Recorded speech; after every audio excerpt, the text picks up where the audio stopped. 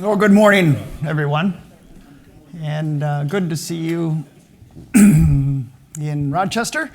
For those of you that have been coming to these meetings and over time, and for those of you online, you know that this meeting we usually have in southern Minnesota somewhere, either Twin Cities, Mankato, tried Rochester this year, and moving them around just a bit. We hold 7 of these owners forums across the territory and try to move them around a bit to make it easier for some to get to, and next year we'll look at where we do them again. But they're really, really important for us as a management team.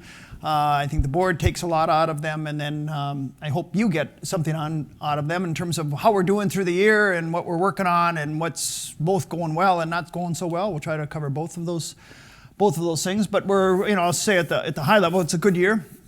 Unfolding to be a good year. Looks like it'll close up to be a good year. We're only a couple weeks away from this year, and then everything kicks over at zeros again, right? We all know that drill, and so that's where we are. In the course of today, the directors will have a few words to say about things that they're working on. I'll come back and talk just a bit about what we are working on as a management team and as a company. Olivia Nelligan, our Chief Financial Officer, is here to talk about financial results through both the quarter as well as year to date, and see what else she has to say around the rest of the year. and then we're going to have a panel of the business leaders, as you know we've done in the past, where you kind of have an opportunity to talk to the business leaders and ask questions that will be maybe on your mind. We'll see if we can get somebody to tell you what the future price of fertilizer is going to be, and we'll all be paying attention to that. But just what's going on in the business, and there's just so much, right? There's just so much around the world, and Ukraine, and fertilizer, and energy, and costs, and prices, and all of those kinds of things. So we'll have a good discussion about that. And through all of that, welcome the questions. We'll have some specific time for people that are online to submit questions so we can receive those. But don't hold up on that. You can submit them at any time, and they'll print out through the magic of technology somehow and show up here, and we'll take them as they come. Let me just out here cover this. You learn that to keep growing, you have to keep changing. Change how crops grow and how farmers grow their business. How grain moves to more markets across the globe. How we care for our land today and tomorrow. CHS and the farmers and ranchers we serve know all about change, because together we've changed agriculture. And now we're the largest farmer-owned cooperative in the country. That means farmers own the system they count on, giving them power through collective strength and advantages at every step. From agriculture tools to expansive market opportunities to energy solutions, we're constantly making the connections so farmers can grow what they want, how they want. It all starts on the farm. From fertilizer to feed and everything in between, all decisions matter. That's why our agriculture tools are always evolving, providing farmers with integrated solutions that optimize crops at every stage. Paired with our local expertise, we're arming them with more technology than ever before, leading to smarter decisions, stronger growing seasons, and a more sustainable future. Once farmers harvest those crops, our work continues, because our global grain and processing expertise helps pinpoint markets with the most valuable opportunities for their crops. With domestic processing and our vast network across 65 countries, we're moving billions of bushels year-round. Also, farmers can make the most of every crop. Whether you're running a combine, hauling goods, heating your home, or filling up your car, everyone needs energy. So we're developing smarter, more reliable ways to power everyone's needs, while embracing versatile energy solutions that will lead us to what's next. Driven today by integrity, safety, inclusion, and cooperative spirit, CHS was created by farmers for farmers, to foster relationships and strengthen communities, to better care for our land and shape the future of agriculture. CHS and its farmer owners are always changing, because the world needs us to keep growing. So we're always creating connections to empower agriculture. Learn more at chsinc.com.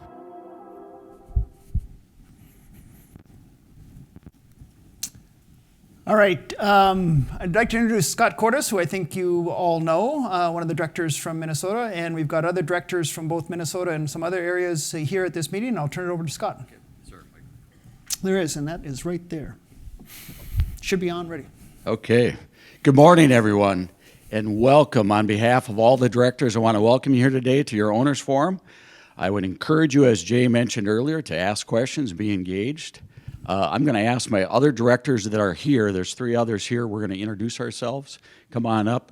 I'll start. I'm Scott Cordes, director here from Minnesota.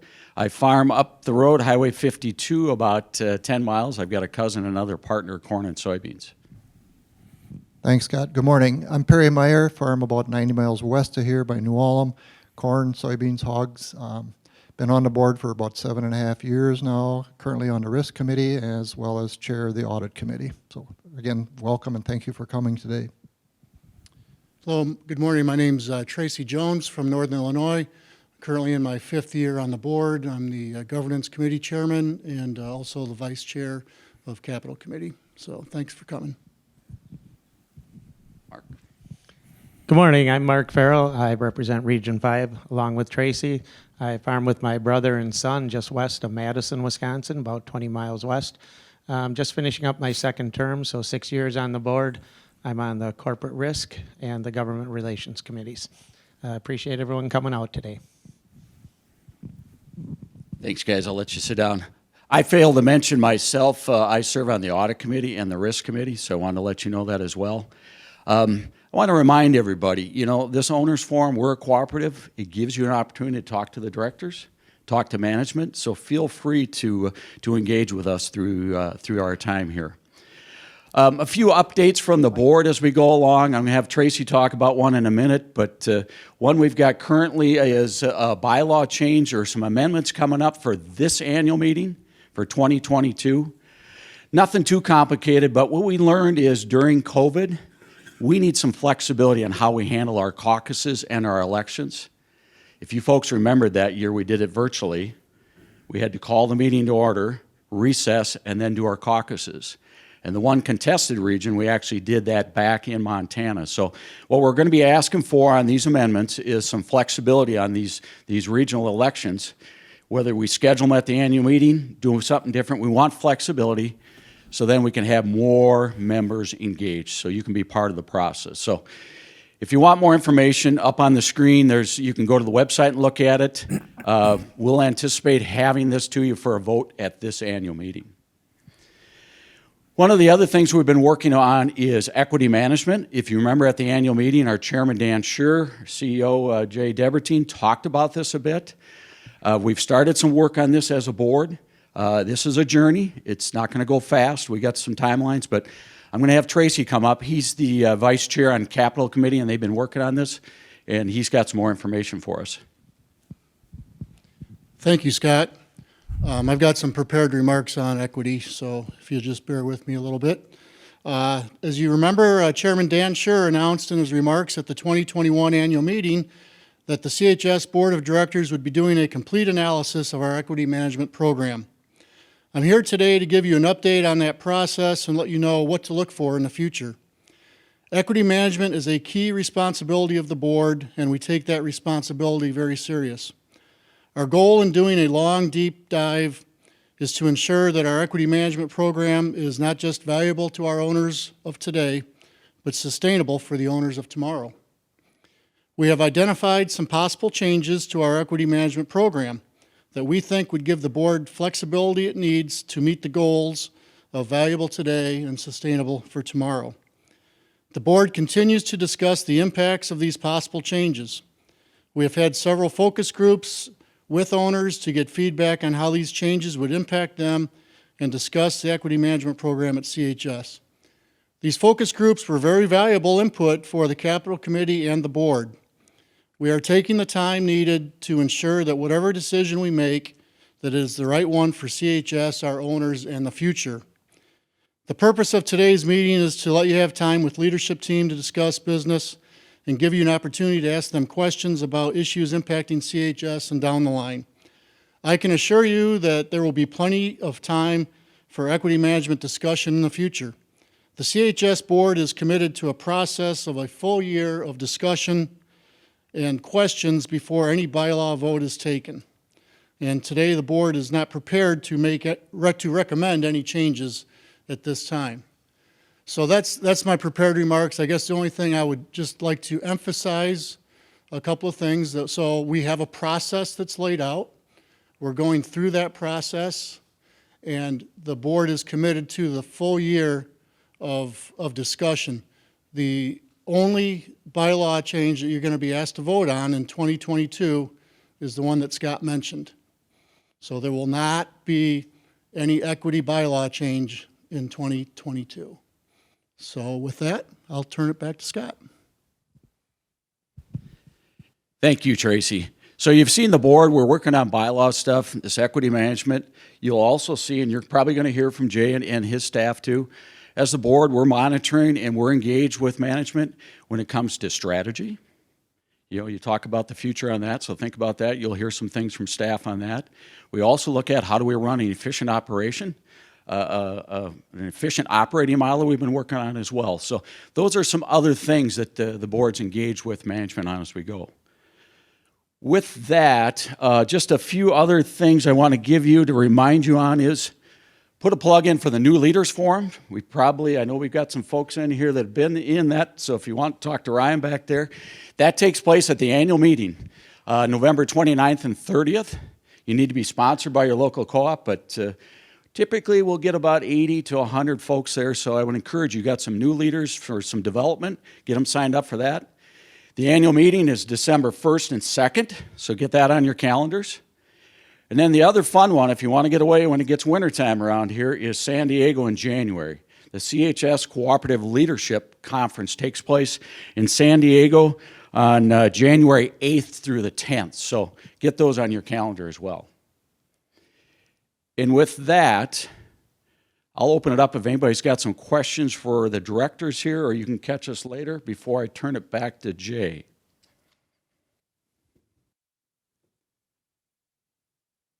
Okay, I'm not seeing any. Jay, I'll turn it back. Thanks, everyone. Thank you, Scott. Good to see we have the directors, and I think they get to, different territories here, and they get to learn a little bit about what goes on in southern Minnesota. So it's good for everybody just to have this chance to be here for the break and for the and for the lunch. Let me just begin with this, and we're not going to read it, so you can rest assured. But just to let you know, we'll be talking about forward-looking statements in the course of the morning. Some of those statements will turn out to be not true, and this tells you that.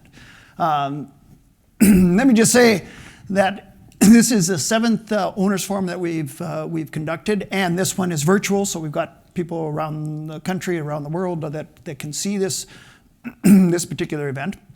Really been a good turnout and information sharing for the other 6 and this one, the 7th, through the course of the last couple of weeks that we've been putting these on. And really, it demonstrated to us, and we hope to you as well, that when we look at what's going on around the world today, that the purpose of CHS really couldn't be more important to so many people that we deal with, and that is creating these connections around the world on behalf of the people that own us.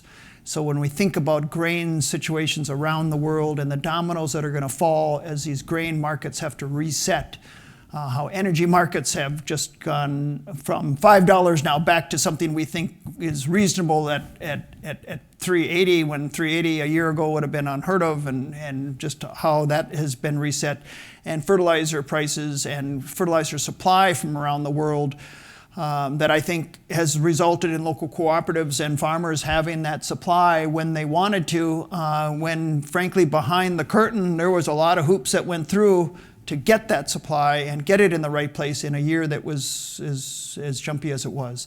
And I don't think any of that stuff settles down. I just, from my chair, I can't point at anything that says, boy, the next few months things just get calm in any of those fronts. I think if anything, we're going to need our best people leaning in hard for creating those connections. And then we fulfill that purpose in 4 ways, and that's the values of the company. That's how we run the place.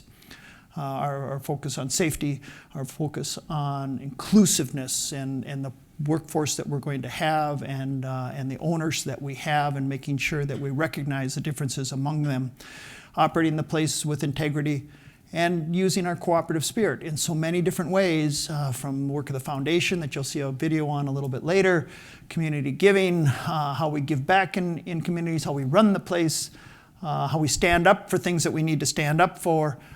So just very important part of who we are and how we do it. So 3 things we've been working on this year that I just want to talk just a bit about. We call them our 3 priorities. So our first one starts with our people. And we were talking just a bit about it before the meeting of what's going on in talent, people, labor, whatever word you want to use. But it just, at the end of the day, has to do all with people-related issues. And I tell you, in my 38 years, I've never seen it like it is. I've never seen so much churn, change in labor, in people-related issues, and I don't mean that in a bad way. I don't think it's necessarily productive to think bad or good. It's what it is, and I think what would be bad is if you kind of ignore it or say it's just going to go away or it's going to get better. I don't think so. Because some of the things going on in labor, right, we knew were going to come at us. The math of the baby boomers leaving and the people coming into the workforce, that math issue was in front of us before COVID, before anything. I mean, we had a math issue. And since then, though, we've got other issues that have entered the fray, and that is, it's this remote work that some locations, some areas can offer. Not every place, but some can. And where they can, that's changed the game. That's changed the game. And then there's the dominoes that fall from that. I think also, even in the rural areas, the idea that, well, we're a little bit rural, so maybe, people and benefits and compensation is not quite as transparent because they're not in the big cities. And it seems like that's gone. You're a truck driver with a CDL in a smaller town. You know what that market is, and you know your other options. And that time is gone, and I think gone for good. And just just a little churn that's going on with people looking at different opportunities, taking calls, and the drive for talent, because every company. Every institution, every educational, every social, every healthcare, they're all looking for talent. And they're going to look at yours, they're going to look at ours, they're going to look at their neighbors. That's what we're doing. And we're doing the same thing. We're doing the same thing. We're recruiting from everybody that we compete with and so forth, and they look at ours, and that's the deal. So it means that you got to keep your compensation in a good place, you got to keep your benefits in a good place, you got to keep your development in a good place. You got to provide career opportunities for people. You better operate the place with some inclusivity because people, I think, are going to look to those attributes. I feel really good about our ability to compete in all of that because we're not putting our head in the sand. We know that we got to compensate well. We know we got to develop well if we're going to retain talent and if we're going to attract talent. Because at the end of the day, for many of us, you know what? Our grain isn't much better than somebody else's grain. Our gasoline is much better than somebody else's gas. I mean, it's going to be the people behind the businesses that really are the point of difference. And there's lots of companies that work in that same space, in that same way. So that's where the competition really comes from. And that's just the world we have. Right now. So we raise it up as a priority. We talk to the board about it regularly in terms of, and we measure ourselves in terms of turnover and people churn that we have and how we're doing at recruiting. But I say this, I don't think any different than local cooperatives in this room or farmers that employ people. You've all got your own view into that issue and might have different kind of hurdles that you're working with than some others, but you've got your own view into the labor issue, and of course we operate in small towns too, so we can echo exactly what you're seeing. But when I've talked to fellow CEOs around things that their companies are working on, first and foremost is talent. It's not supply chain. It's not supply chain, it's talent. Because you can't get at the supply chain without the talent. So the talent comes first. And there's just nobody I'm talking to that's not working on the same things and looking at it the same way in terms of demand and need for it. But like I say, I think as a cooperative system and what we're fundamentally about and who we're owned by, we got a great story. We'll put that up against anyone.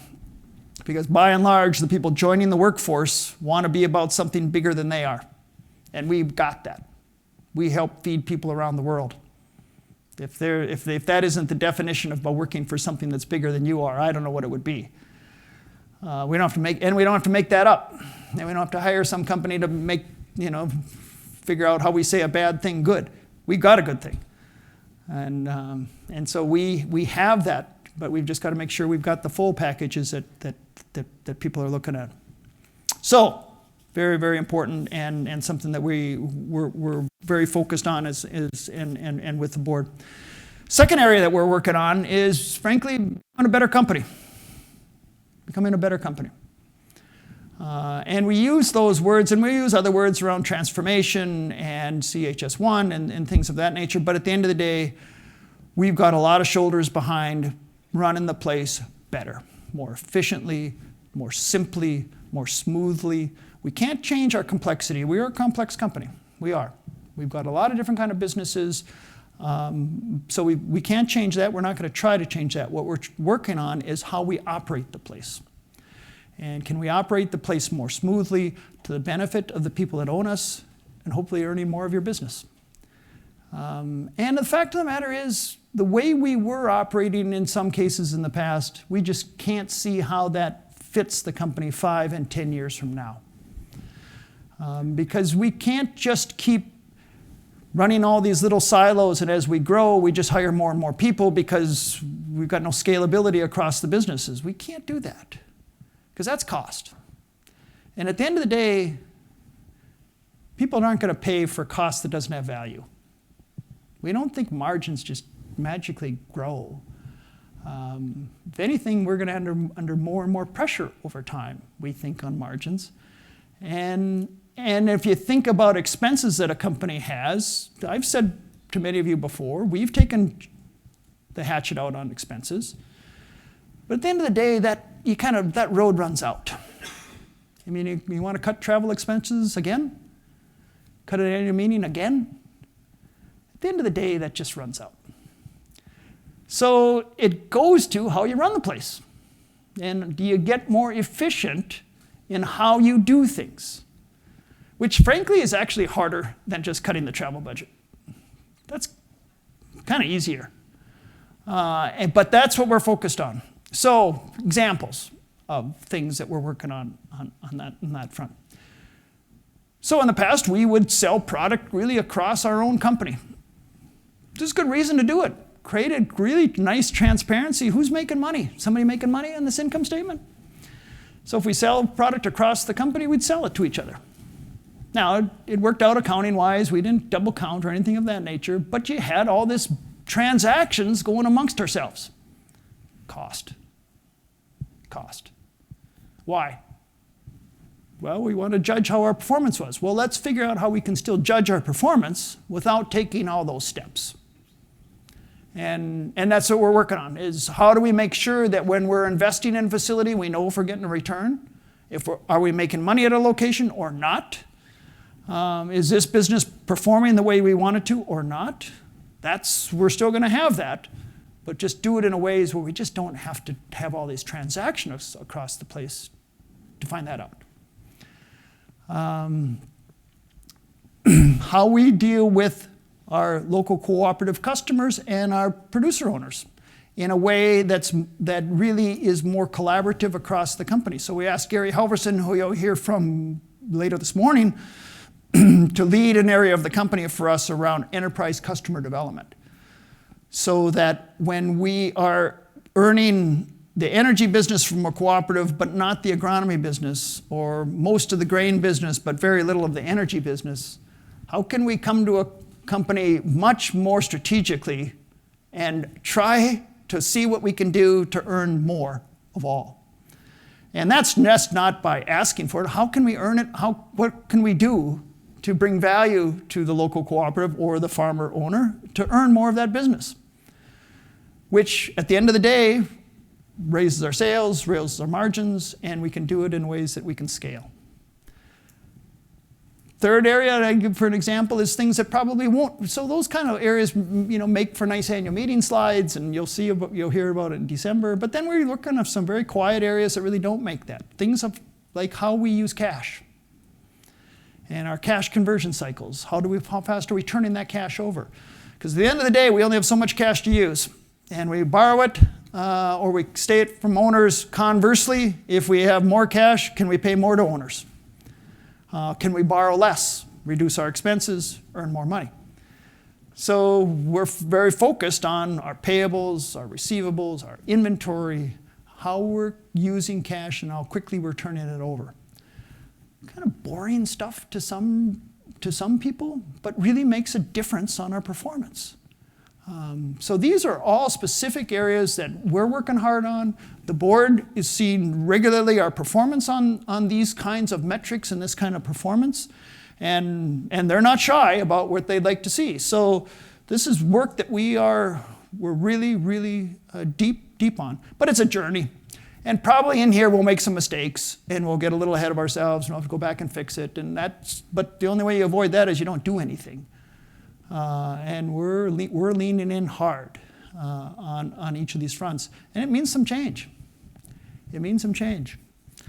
I was just out west over the last couple of weeks for these kinds of meetings, and some of that grain business out west, frankly, it all goes on rail. They don't have processing like we do in this part of the state and this part of the area, so that product ends up on rail. So there's lots of competitors for that product, right? There's lots of people trying to fill a ship out in the Pacific Northwest to fulfill a sale. And it would not be unusual at all for, I won't name any company, but a competing grain company to come into one of our own locations and bid for our grain because they're trying to fill a boat. Well, guess what? We're trying to fill a boat too. And to take it away from our own company and give it to a competitor because they offer you a dime a bushel more, yes, it might be good for you retail location, but as a company, it didn't make any sense. That stuff is all done. It's all done. If we sell to a foreign company, it's because it's best for this whole company.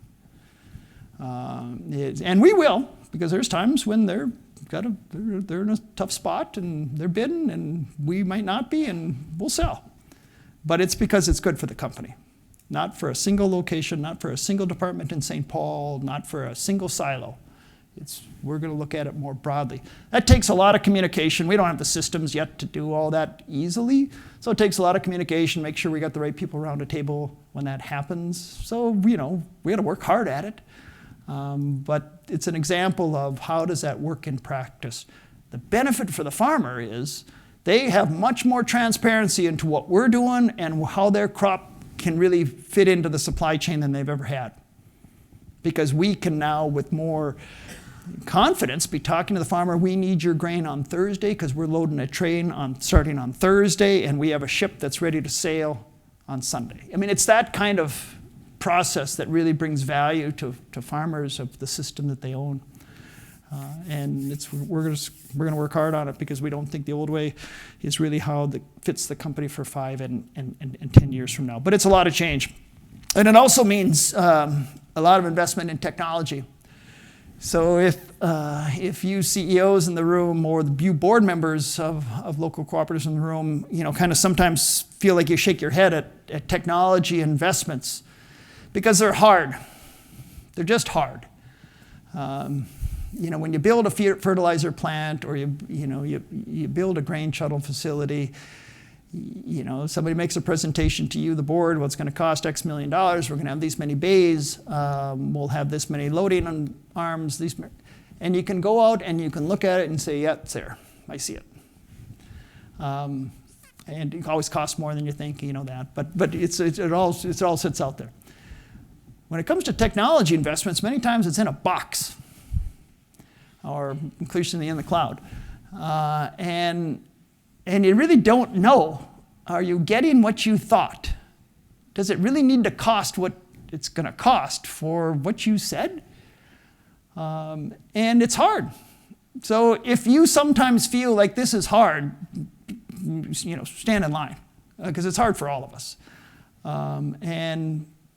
And the only thing I can say is the only thing worse than working through that and investing in it and just being challenged by it is not investing in it, not being challenged by it, not doing it.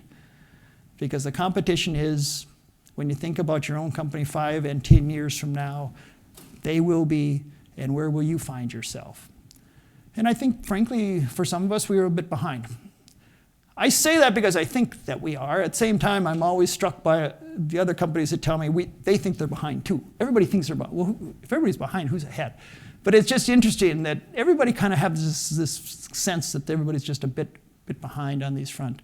But we're investing in technology. We're investing a lot of money over the years in that. A lot of it targeted at what I said of how we communicate across the company, how we do business better, differently, more streamlined. But it's a lot of work when you're coming from a very siloed organization with systems unique to each businesses and try to think about it more across the firm. But if I think about a challenge for all of us in agriculture and cooperatives, it's going to be this investment in technology, the talent to do it, the capability to do it, the dollars to do it. I think it's going to be increasingly a challenge for us, because I think the industry largely is going to go that way, to use data more widely than we've used in the past, to know what you need when you need it, rather than I'm going to hold inventory because sometime you will. I think over time, I don't want to hold that inventory when I know you're not going to need it. Now, if I just had the system that told me when you have bought it 9 years out of 10, I can judge my inventory a whole lot more closely than I used to. And I think more and more we're going to be driven for that. And I think finally, just I'd say around running a better company is just work going around things that we didn't concern ourselves with as much in the past, like sustainability.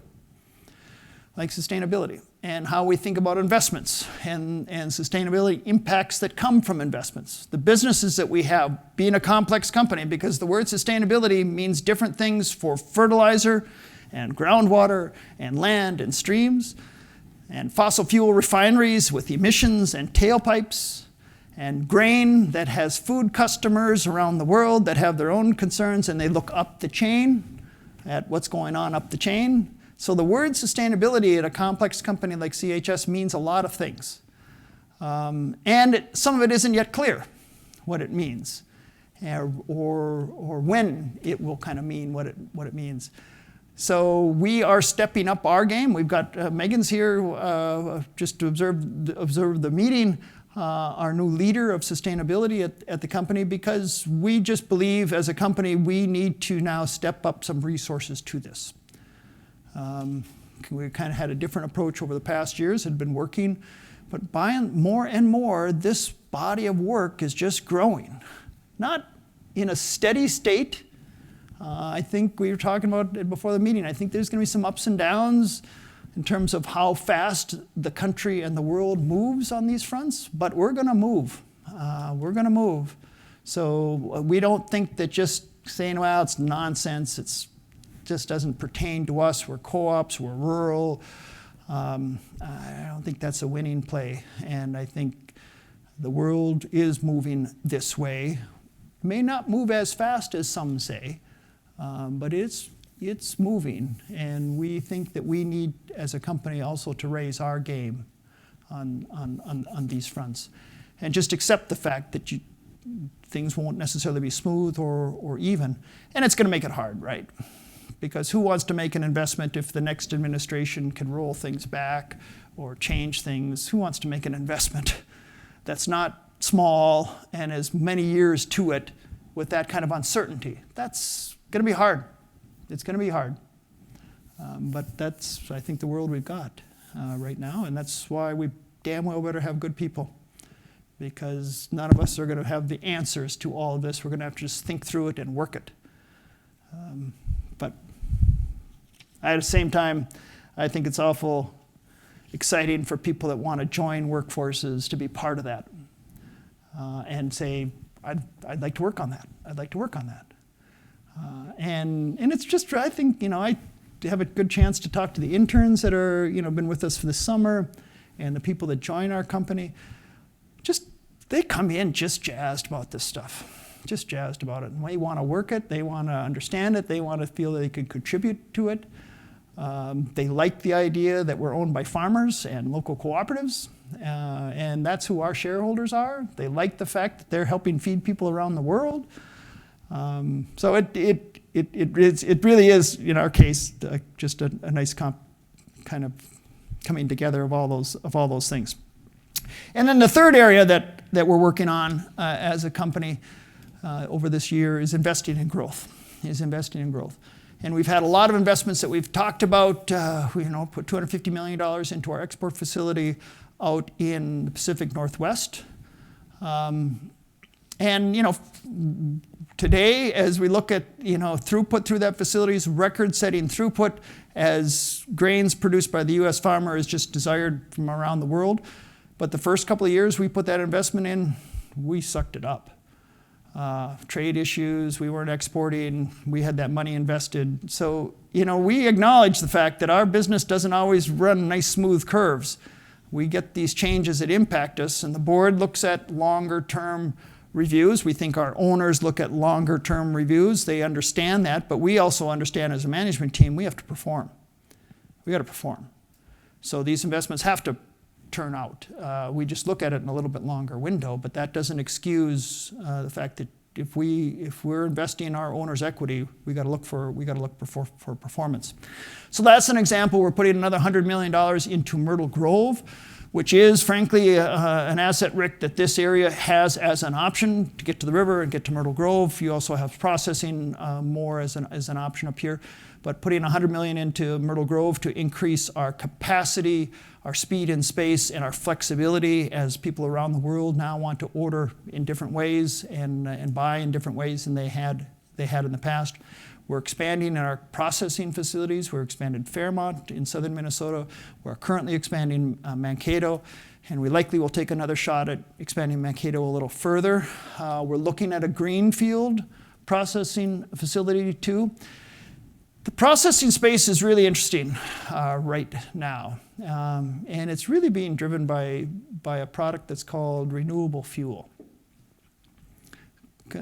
It's kind of an odd term, but what at the end of the day, what it means is taking soybean oil off a processing plant, putting it in a rail car, shipping it to a refinery, an oil refinery, a petroleum refinery, putting it in the crude tank, running it through their distillation process, and out the other end comes diesel fuel.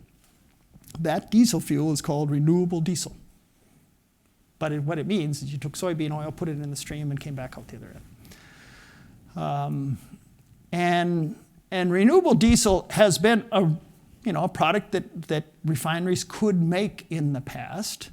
Why it is such an issue today and has got such fever on processing today is there's a couple of states, just I think 2 today, that provide a tax break such that if you do that, and if you ship that product to California, you are eligible for a tax break that's quite generous.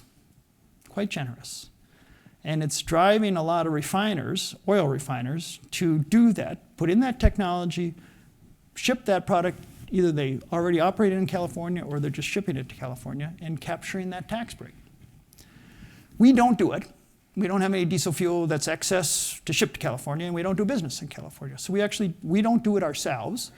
But we do sell soybean oil to refiners that do that. And all this soybean oil that's going to this use is brand new demand. And for those of us in agriculture, there's not many times we have new demand. Ethanol gave it to corn, right? A world that eats better lifts, demand up on products, but there's not many times you can point to a brand new demand on the products we deal with. This is one of them.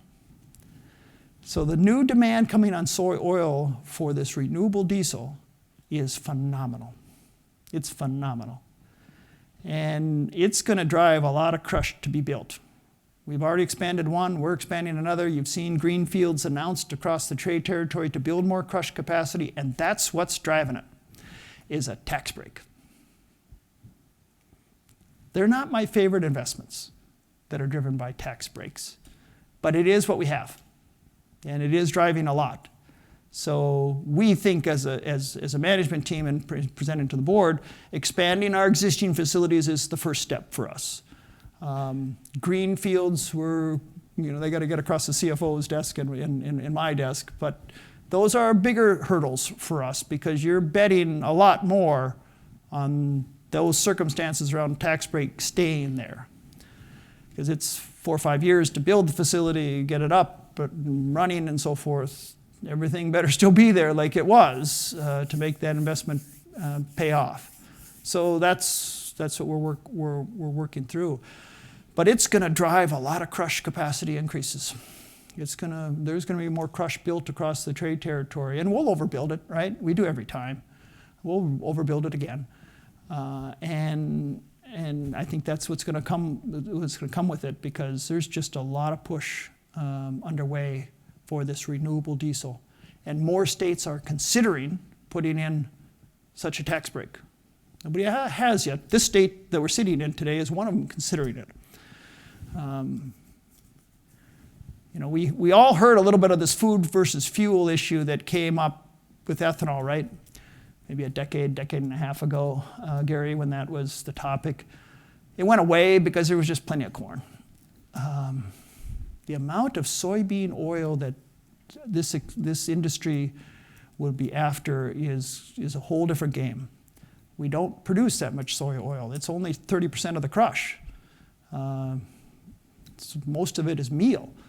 So this is not corn into juice. This is soybean that only 30% is the oil, and if you want all that oil, there's still a food industry that wants their share too. And that's going to be the dynamic that I think is going to play out. A lot of the world uses a lot of soybean oil or vegetable oils in their diets. A lot. Particularly the Asian countries. And they're not going anywhere. They're going to bid for it and they're going to look for it. Now, if the U.S. becomes a smaller slice of that bean supply, if it does, I think we all know that it's a big world out there. And there's continents that have land that's available to be turned and start producing beans. So that's the global world that we've got. That's the global world we've got. Through there, there'll be a lot of opportunities. We feel good that we have presence around the world that we need to have. But we also got to keep in mind what is in front of the U.S. farmer in terms of a market opportunity is in front of the farmer around the world. They all see the same numbers. They all see the same opportunities. And it's not just us that can think of it. So when we think about growth, with the crush capacity, I think is going to be just something that's really going to be front and foremost for the next couple of years, particularly if more states take this opportunity. We're investing in Galveston, which is our import facility for fertilizer from around the world. Speed and space, load trains faster, get them up here faster, more flexibility to do so. Some retail facilities that we're rebuilding around speed and space as well. Energy always takes a lot of capital to run these energy platforms and refining platforms. So lots of investments going in there. But by and large, let me just say we have worked at creating a growth framework that we will be using much more robustly so that when we can look at opportunities for growth, it isn't going to be the first ones that get into my office that get said yes to. And the last guy that gets in, there's none left. We've got more now of a process we reviewed with the board at the last board meeting of how do we think about growth, how does it meet the connection to all of you, how does it meet our returns, how does it meet things like sustainability, criteria that we look at, and not just the first person that got into our office to sell their project.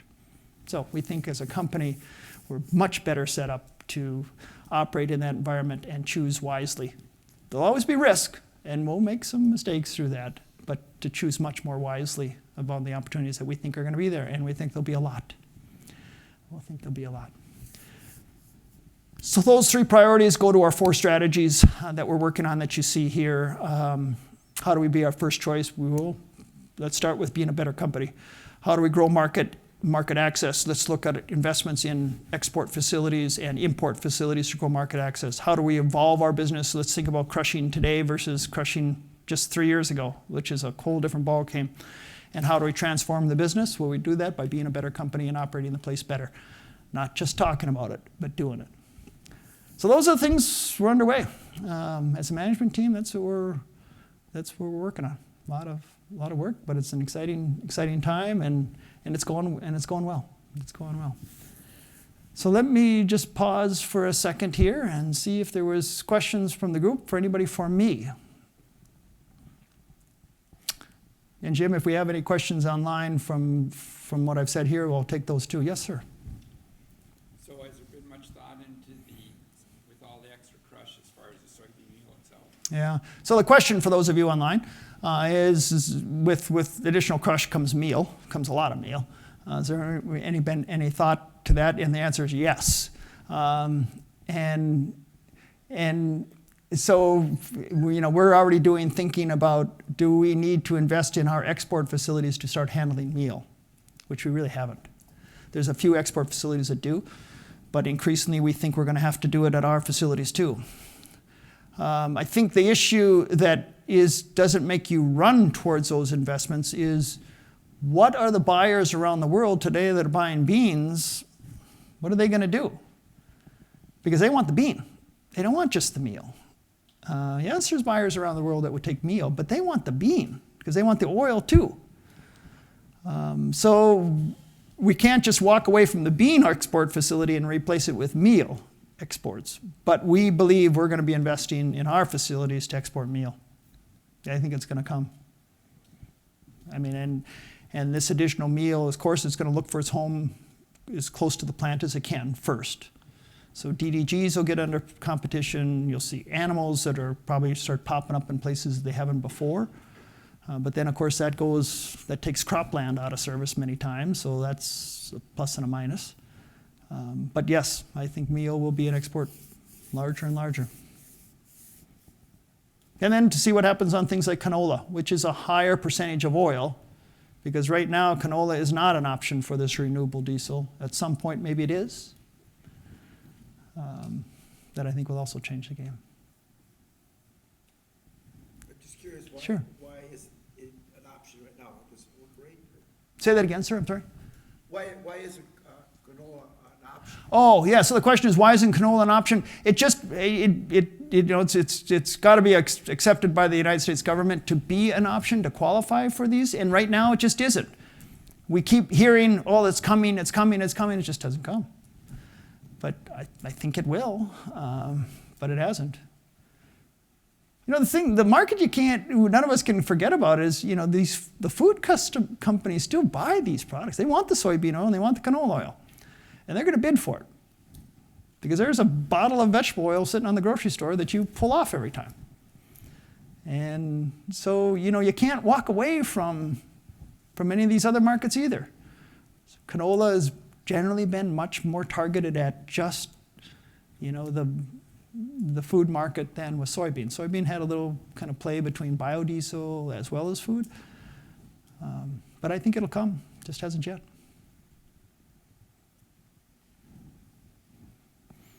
Any other questions for me? Anything online, Jim? Okay. All right. Well, we're not done with questions, so by any stretch. But we want to just give you a chance, since John already took us up on it, to get a coffee and a donut. We will take just a break to get a coffee and a donut. For those of you online, we're just going to have just a short pause, and we'll be back up with Olivia Nelligan, our Chief Financial Officer, to give a finance report for both the quarter and the year to date. Coffee right outside, washrooms to the left and around the corner. And I show 10:20, so we'll try to get back here 10:35 if we could, so 15-minute break, please. Thank you. Ready? Can I ask you to take your seats and we'll begin?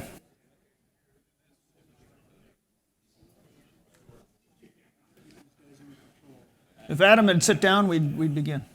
There he goes. All right. One of the things we're really proud of in terms of our fourth value of cooperative spirit is work that we do as a company around giving back in the communities we operate in and elsewhere. And we do it in two ways. We do it with the giving that the company does on its own, and then the second way we do it is through the CHS Foundation. And the CHS Foundation is 75 years old today. You think about the company being 95 years old. Its foundation's been there a long time.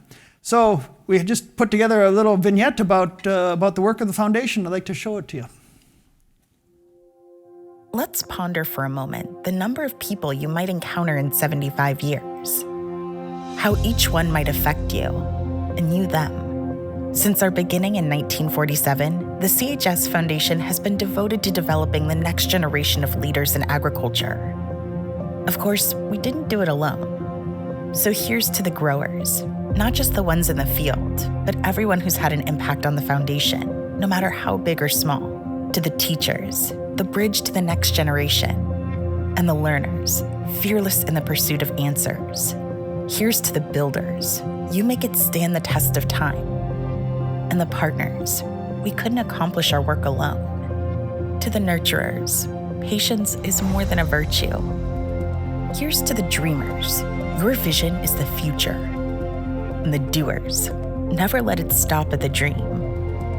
The innovators, challenging the norms. And the mentors, sharing your knowledge so that it lives on. Here's to the risk takers, because the biggest risk is waiting for someone else to make it happen. And the believers, your vision of the future is the one that matters most. Here's to the growers and all those who have supported the CHS Foundation. Thanks to you, the next 75 years look as bright as the last.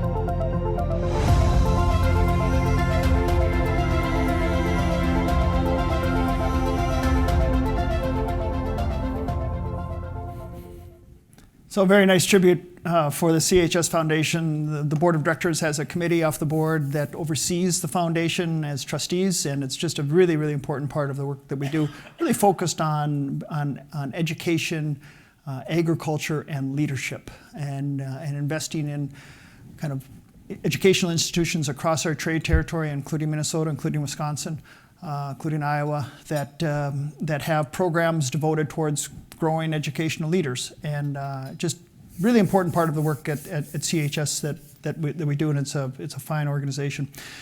Next up is Olivia Nelligan. Olivia is Chief Financial Officer for the company, is my partner in so many ways at the firm, and she has the privilege today of talking really about a nice financial report, and with that I'll turn it over to Olivia. Thank you, Jay. Good morning, everyone. Well, as Jay said, it's my pleasure this morning to deliver the financial report for the first 3 quarters of fiscal 2022. So we'll start with the results for the 3rd quarter, which ended on the 31st of May 2022, and which we filed with the SEC in early July. So as you can see on the slide, we had an extremely strong 3rd quarter with reported net income of $577 million versus prior year net income of $274 million, a positive change for the quarter of $303 million. Our energy business made a profit before tax of $163 million versus a pre-tax profit in Q3 of fiscal 2021 of $5 million. This positive year-over-year change of $158 million is attributable to a number of factors. We saw improved market conditions in our refined fuels business, which led to increased earnings. That was driven by refining margins and favorable pricing of the heavy Canadian crude oil we process at one of our refineries. And this was offset slightly by continuing higher costs for renewable energy credits, also known as RINs. And the favorable market conditions were driven by a couple of factors. The first is just supply and demand dynamics. US gasoline and diesel demand is back up to pre-pandemic levels. However, during the pandemic, many refineries shut down production because of low margins, and many others converted to renewable diesel, which you heard Jay talk about earlier. And as a result of those things, supply today is low. Additionally, the ongoing war in Ukraine has contributed to significant energy market volatility as sanctions and other responsive measures have disrupted global energy supply. Our propane business had higher earnings in the quarter than last year due to improved margins on higher volumes of contracted gallons. The Ag reporting segment includes wholesale agronomy, global grain and processing, and country operations.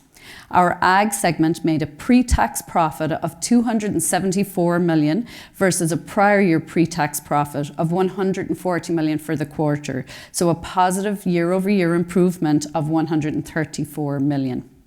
In our crop nutrients business, we saw tight global supply, which led to higher prices and increased margins, partially offset by lower volumes due to a late spring. In our crop protection business, additional sales growth drove improved earnings. Global grain and processing delivered extremely strong performance in the quarter as a result of continuing high margins for crush, soy crush, and ethanol, and that was offset slightly due to higher natural gas costs. Country operations Q3 was a strong quarter, but slightly less than last year for a few reasons. We had a very strong Q3 in the prior year in retail ag, and this year we saw lower grain volumes in parts of our trade territory due to drought conditions, and we also had some higher freight and fuel surcharges. Additionally, some of the impact there is timing, with sales being pushed into the fourth quarter. Our nitrogen production segment is our investment in CF Nitrogen. For the quarter, we reported pre-tax income of $178 million, and that was versus $47 million for the same quarter in the prior year. And again, this was due to higher prices for urea and urea ammonium nitrate, or UAN, and that was offset slightly as well by higher natural gas costs. In addition to the income from this investment in CF Nitrogen, the agreement also includes an offtake agreement, and that provides physical supply of fertilizer, which helps us get the product to you, which is especially critical in times of tight supply. Our corporate and other category includes CHS Hedging, which is our full-service commodity brokerage business, CHS Capital, through which we provide financing to members. And it also includes our joint venture investments in both Ventura Foods and in Ardent Mills. Ventura Foods is a joint venture that we have with Mitsui, and they manufacture sauces and oil-based food products like salad dressings for food service and retail channels. And then Ardent Mills is a wheat milling and ingredients supplier, and they are owned by CHS, Conagra, and Cargill. In total, the corporate and other category had Q3 pre-tax profit of $24 million versus $64 million in the prior year. The lower earnings was largely due to decreased equity earnings from our Ventura Foods investment as a result of more favorable market conditions in 2021 than in 2022. The income tax expense is $62.5 million for the quarter versus a $17.5 million benefit in the prior year. This is primarily as a result of the significant year-over-year increase in earnings. So in summary, a really strong Q3 performance with net income of $577 million, which increased $303 million over the prior year. So moving on to review the first 9 months of fiscal 2022 through 31 May 2022. We reported year-to-date net income for the first 9 months of $1.2 billion versus prior year net income of $305 million. So a year-over-year improvement through the first 9 months of $943 million. Our energy business made a profit before tax of 243 million, which is a positive year-over-year change of 360 million. And that's driven largely again by market conditions, improved margins, Canadian crude oil discounts, running at maximum production capacity in our refineries and focusing on running efficient operations. The Ag reporting segment made a year-to-date pre-tax profit of 615 million, a positive year-over-year improvement of 378 million. We had improved and increased margins across all of our Ag segment product categories, including oilseed processing as a result of strong meal and oil demand, feed and farm supplies due to strong demand and global supply disruptions, wholesale agronomy products resulting from strong global market demand and tight global supply. The increased margins in the Ag segment were offset somewhat due to decreased volumes as a result of supply chain constraints, lower volumes of grain due to drought conditions experienced in portions of our trade territories. We also had prior year elevated volumes of grain due to the Phase 1 agreement with China, which have since plateaued. And we've also had this year impacts from the war in Ukraine and also the impact of Hurricane Ida on our Myrtle Grove, Louisiana export terminal during the first quarter of fiscal 2022. So some of these offsets and challenges have been, we've been navigating them, but despite this, the Ag segment has delivered a remarkably strong performance and set of financial results so far this year. Our nitrogen production segment is showing year-to-date pre-tax income of 429 million. That's up 367 million for the same time period last year. Our corporate and other category is down 63 million year over year, and the income tax expense is 89 million, driven by increased earnings for the year. As we do in every year, we will be looking at what tax planning and equity management tools we have available to us so that we can minimize the cash taxes we have to pay and we can put more cash back in the hands of our owners. So in summary, net income of 1.2 billion is a really fantastic result for the year to date through the first 9 months. So all indications point towards CHS being on track for a great year. We have 1 quarter left to report, so we won't take anything for granted, but we feel really great about where we're sitting today. So I really want to just say thank you to all of you for your business and your ongoing support of CHS. It's because of all of you that results like these are possible, and we appreciate all of your support. So I'll pause for any questions on the financial report before I pass it back to Jay and my colleagues for a panel discussion.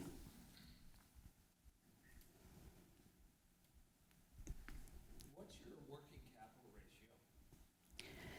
So what we look at is we look at our cash conversion cycle, which Jay referenced earlier. So we are looking at how efficiently we're using cash in the business for working capital. So we measure our days sales outstanding, our days payable outstanding, and our days inventory outstanding.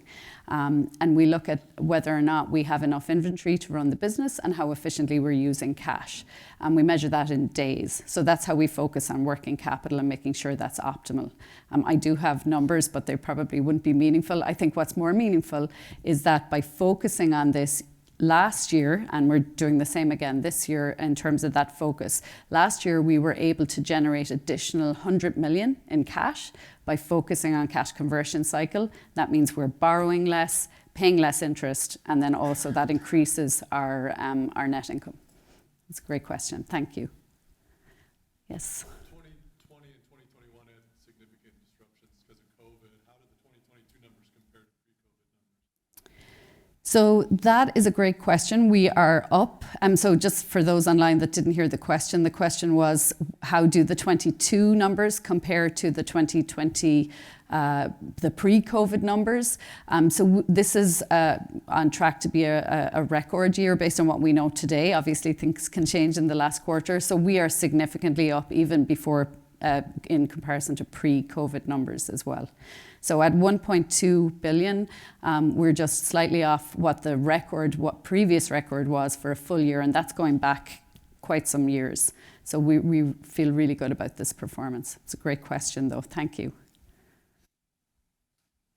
Any other questions in the room here, or any questions coming in online?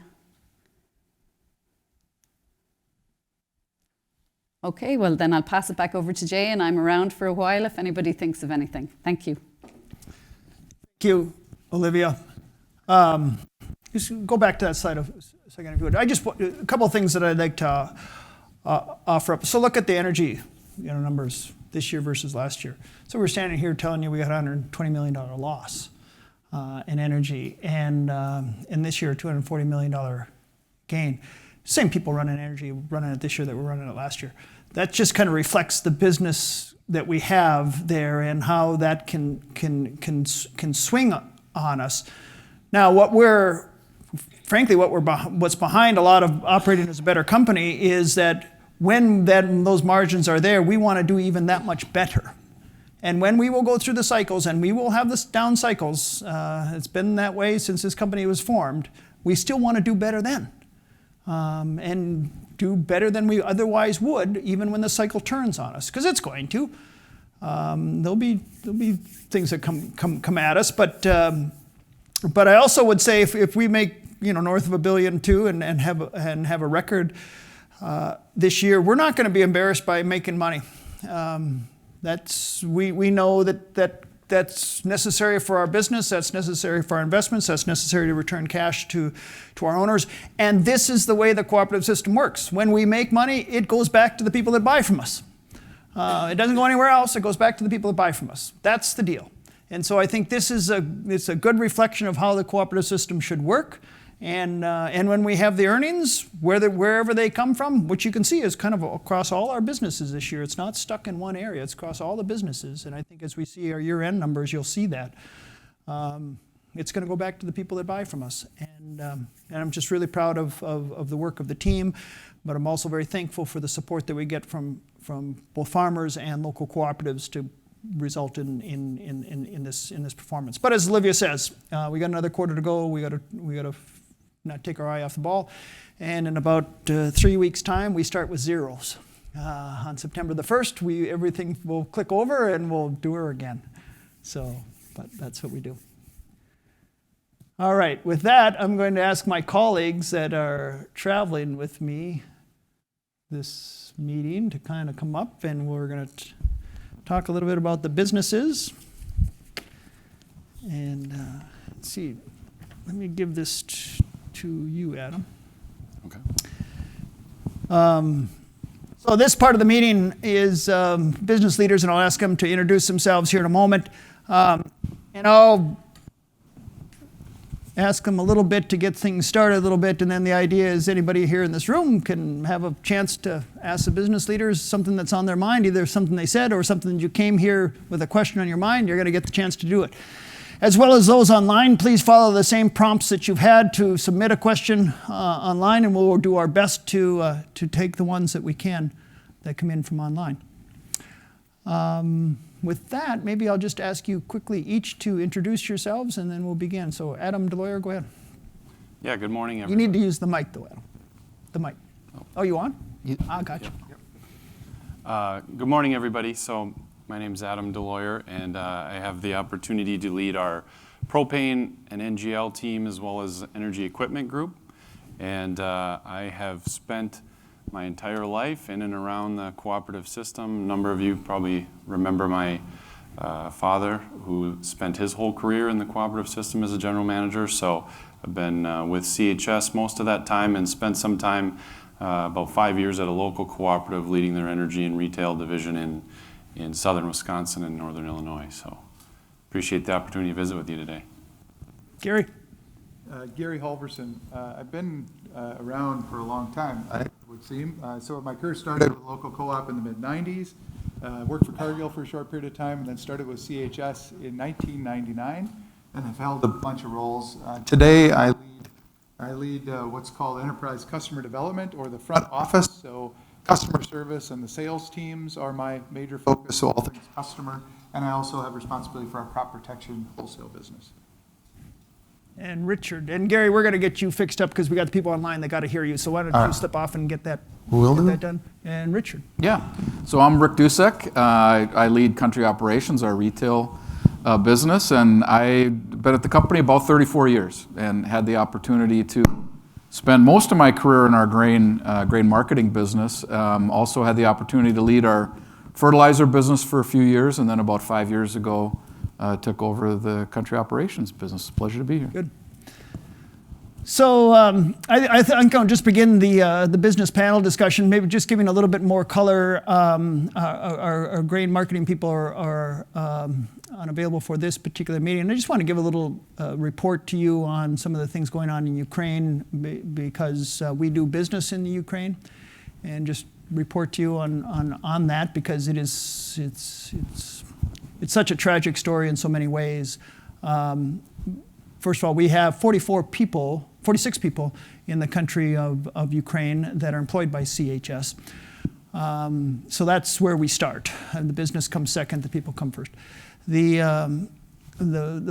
Of the 46 people, we offered for people to go to Romania, where we had rented a hotel for them to take them and their families into a safe place. And the means at which we got them from Ukraine to there are not pretty, but we did it for those that could leave. Obviously, as you have read before, the men couldn't leave, so many times it was the spouses and their children that would leave. And over time, some of those have gone back to the Ukraine just because they wanted to go back. And we're their employer, not the government, so we can give these options, but what they end up choosing to do is their choice. But we just wanted a safe opportunity that the company provided for them and all the resources we could do to keep them safe, because we extended the opportunity even for their extended family to come into our location. I mean, you can't leave your sister while you're leaving, so we have made the opportunity for their extended family to come as well. On the business front, so our business in the Ukraine is largely a marketing business. We don't have investment in facilities or fixed assets. We did at one time. We got rid of those, Rick, about 4 years ago. I wish I could say that was good skill, good thinking. We just didn't see the performance there, so we got rid of them. At the end of the day, it turned out to be a good step for a number of reasons. But we do have inventory within the country, and we had a ship that was loaded on February 24th when the war started, and it is still there. It is still in berth. It is still there. So we're hopeful that as ships are starting to move a little bit, very slowly, very incrementally, that ours will be one of them over time that will sail. It hasn't yet, but we are hopeful that it will. So our exposure is very manageable because we are just in our inventory position. Longer term, the situation is I think, problematic in so many different ways. The idea that this is going to start back up is hard for me to get my head around, because who's going to bring an empty ship into berth in this environment? It's one thing to get yours out of there because it's been stuck. The idea that somebody's going to come back in there can happen. It's not to say that it can't, but at the size and scale that it needs to really make an impact, hard to see today. We'll see how things unfold. They have a crop coming off the field. Winter wheat is generally done. And that crop, of course, was planted last November. So that was pre-war. Crop got in well, produced pretty well. That's come off. And then their spring crop, to the extent that got in, is coming off. So what happens this November? For a winter wheat crop to get produced, because last November you had the fertilizer, you had the seed, you had the fuel, you had the labor. Today, what of those four are you going to have come November, let alone the following spring? And that's where we look at it as say it's hard to see how that bounces back anywhere soon to be a world player in the way that it had been.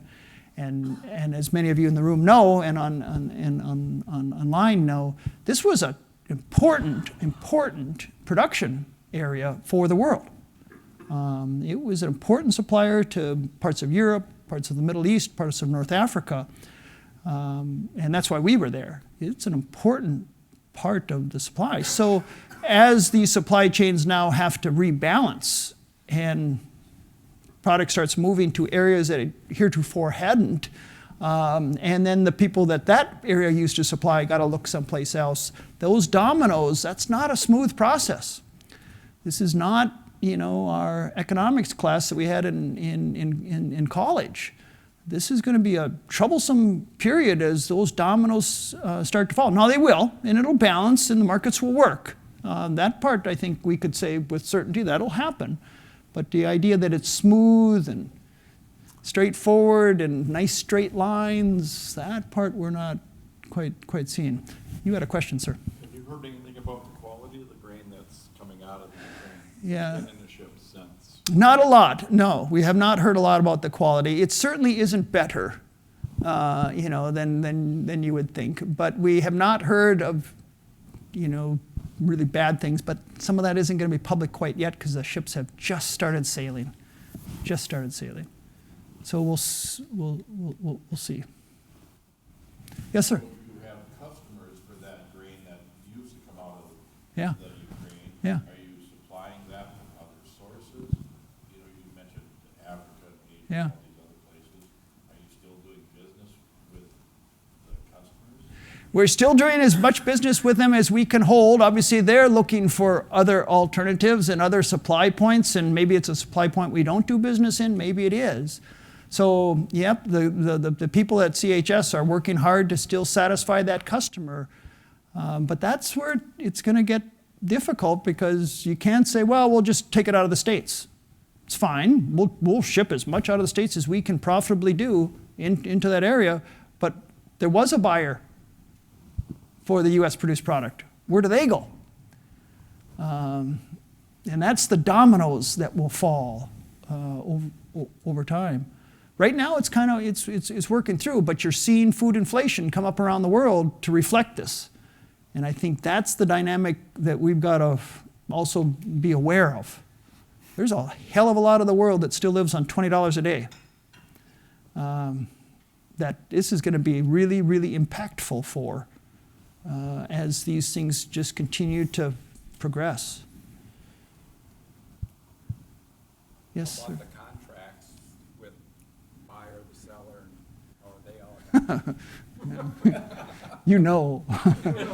So the question was how are the contracts between buyers and sellers going to pan out? It's going to be troublesome. It's going to be troublesome because you got the war as a fact in there, and so people will kind of look for their ways of do they want to perform, do they not want to perform.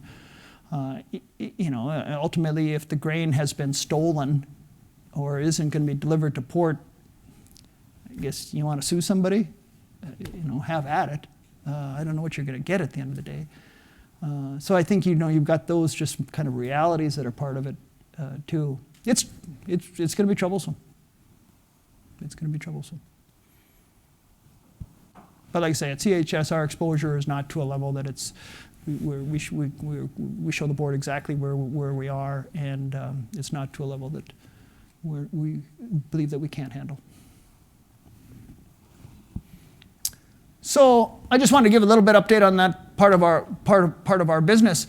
Rick, let me start with you and just ask you as you think about kind of the retail business in general, kind of stepping back, not just from your own operation that you run, and what we're seeing. I talked about some of the things around technology and people and labor and so forth, and you and people in this room face those issues every day. So as you sit here today and kind of think about this over the next near term, what would you say are the things on your mind that are kind of facing people in retail today? Yeah, and I know there's a lot of retailers out here that be curious to hear your views, but there's really three things, Jay. Is number one is, where the farmer is going into this fall and next year is completely different than where it was a year ago.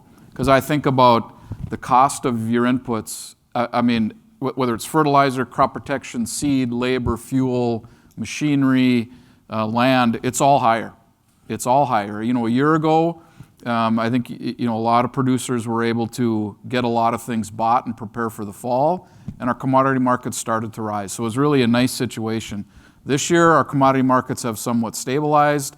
All the inputs have come up, and so it's not quite as clear and shiny as it was a year ago. So I think there's tougher decisions to make on the farm. So I look at that as a retailer and say, how do we engage and bring better market insights and some opportunities for decisions on either purchasing or selling to help the farmer be able to lock in some profitability. Because when farmers do well, ag retail does well. It's just the way it works. So we're incented to help them as best we can. And that's a challenge for all of ag retail. I think we're all in that spot. And we've got sheds to fill up with fertilizer, and we've got warehouses to fill up with crop protection, and we've got to have a seed plan. So it's a little bit more difficult than it was a year ago, although I do remain optimistic because I think we're going to see enough volatility where there'll be some opportunities. So that's number one. Number two is the cost to repair facilities, to improve facilities, to build new facilities has gone ballistic. And I look at the capital we've spent in our retail business, projects that we had approved 18 months ago maybe versus projects we're looking at today. The cost is up 30 or 40%. And that might be conservative in some cases, but it's up 30 or 40%. Concrete, steel, labor, finding a contractor to do the work is really difficult. And listen, as fast as things are changing on the farm, and a lot of producers in here, you can put the crop in faster than ever before. You need the services and support to do that. The crop comes off faster than ever before. You need the services and support and grain elevators and dumping speed and space to handle that. And I think the ag industry in general, not just CHS, not just the cooperative system, but the whole industry is kind of falling behind the farmer. The farmer's moving so fast and the capacity is increasing so fast that it's difficult to keep up. And now we've got these inflationary costs to improve facilities. It's a real challenge for the industry. And we're struggling with that as well, but we got to keep going because we all know at harvest time, grain's coming off. If you come up to a grain elevator and there's 2-hour lines, you're not stopping. They're going to go to where they can dump. And so I think that's a real challenge for the industry, and we've got to keep looking for ways to invest and improve our let's say, our service and our speed and space to the farmer. But it's that much harder at 30% more to get the return. Yeah, because we got to get a return, right? You got to get a return, so that means margin discipline and all those things. So it's just a challenging environment. But again, with some optimism, because I think there's going to be some opportunity. And then thirdly is really around people and talent, and to have good people in the right spots. Good people have never been more valuable in my career than they are today.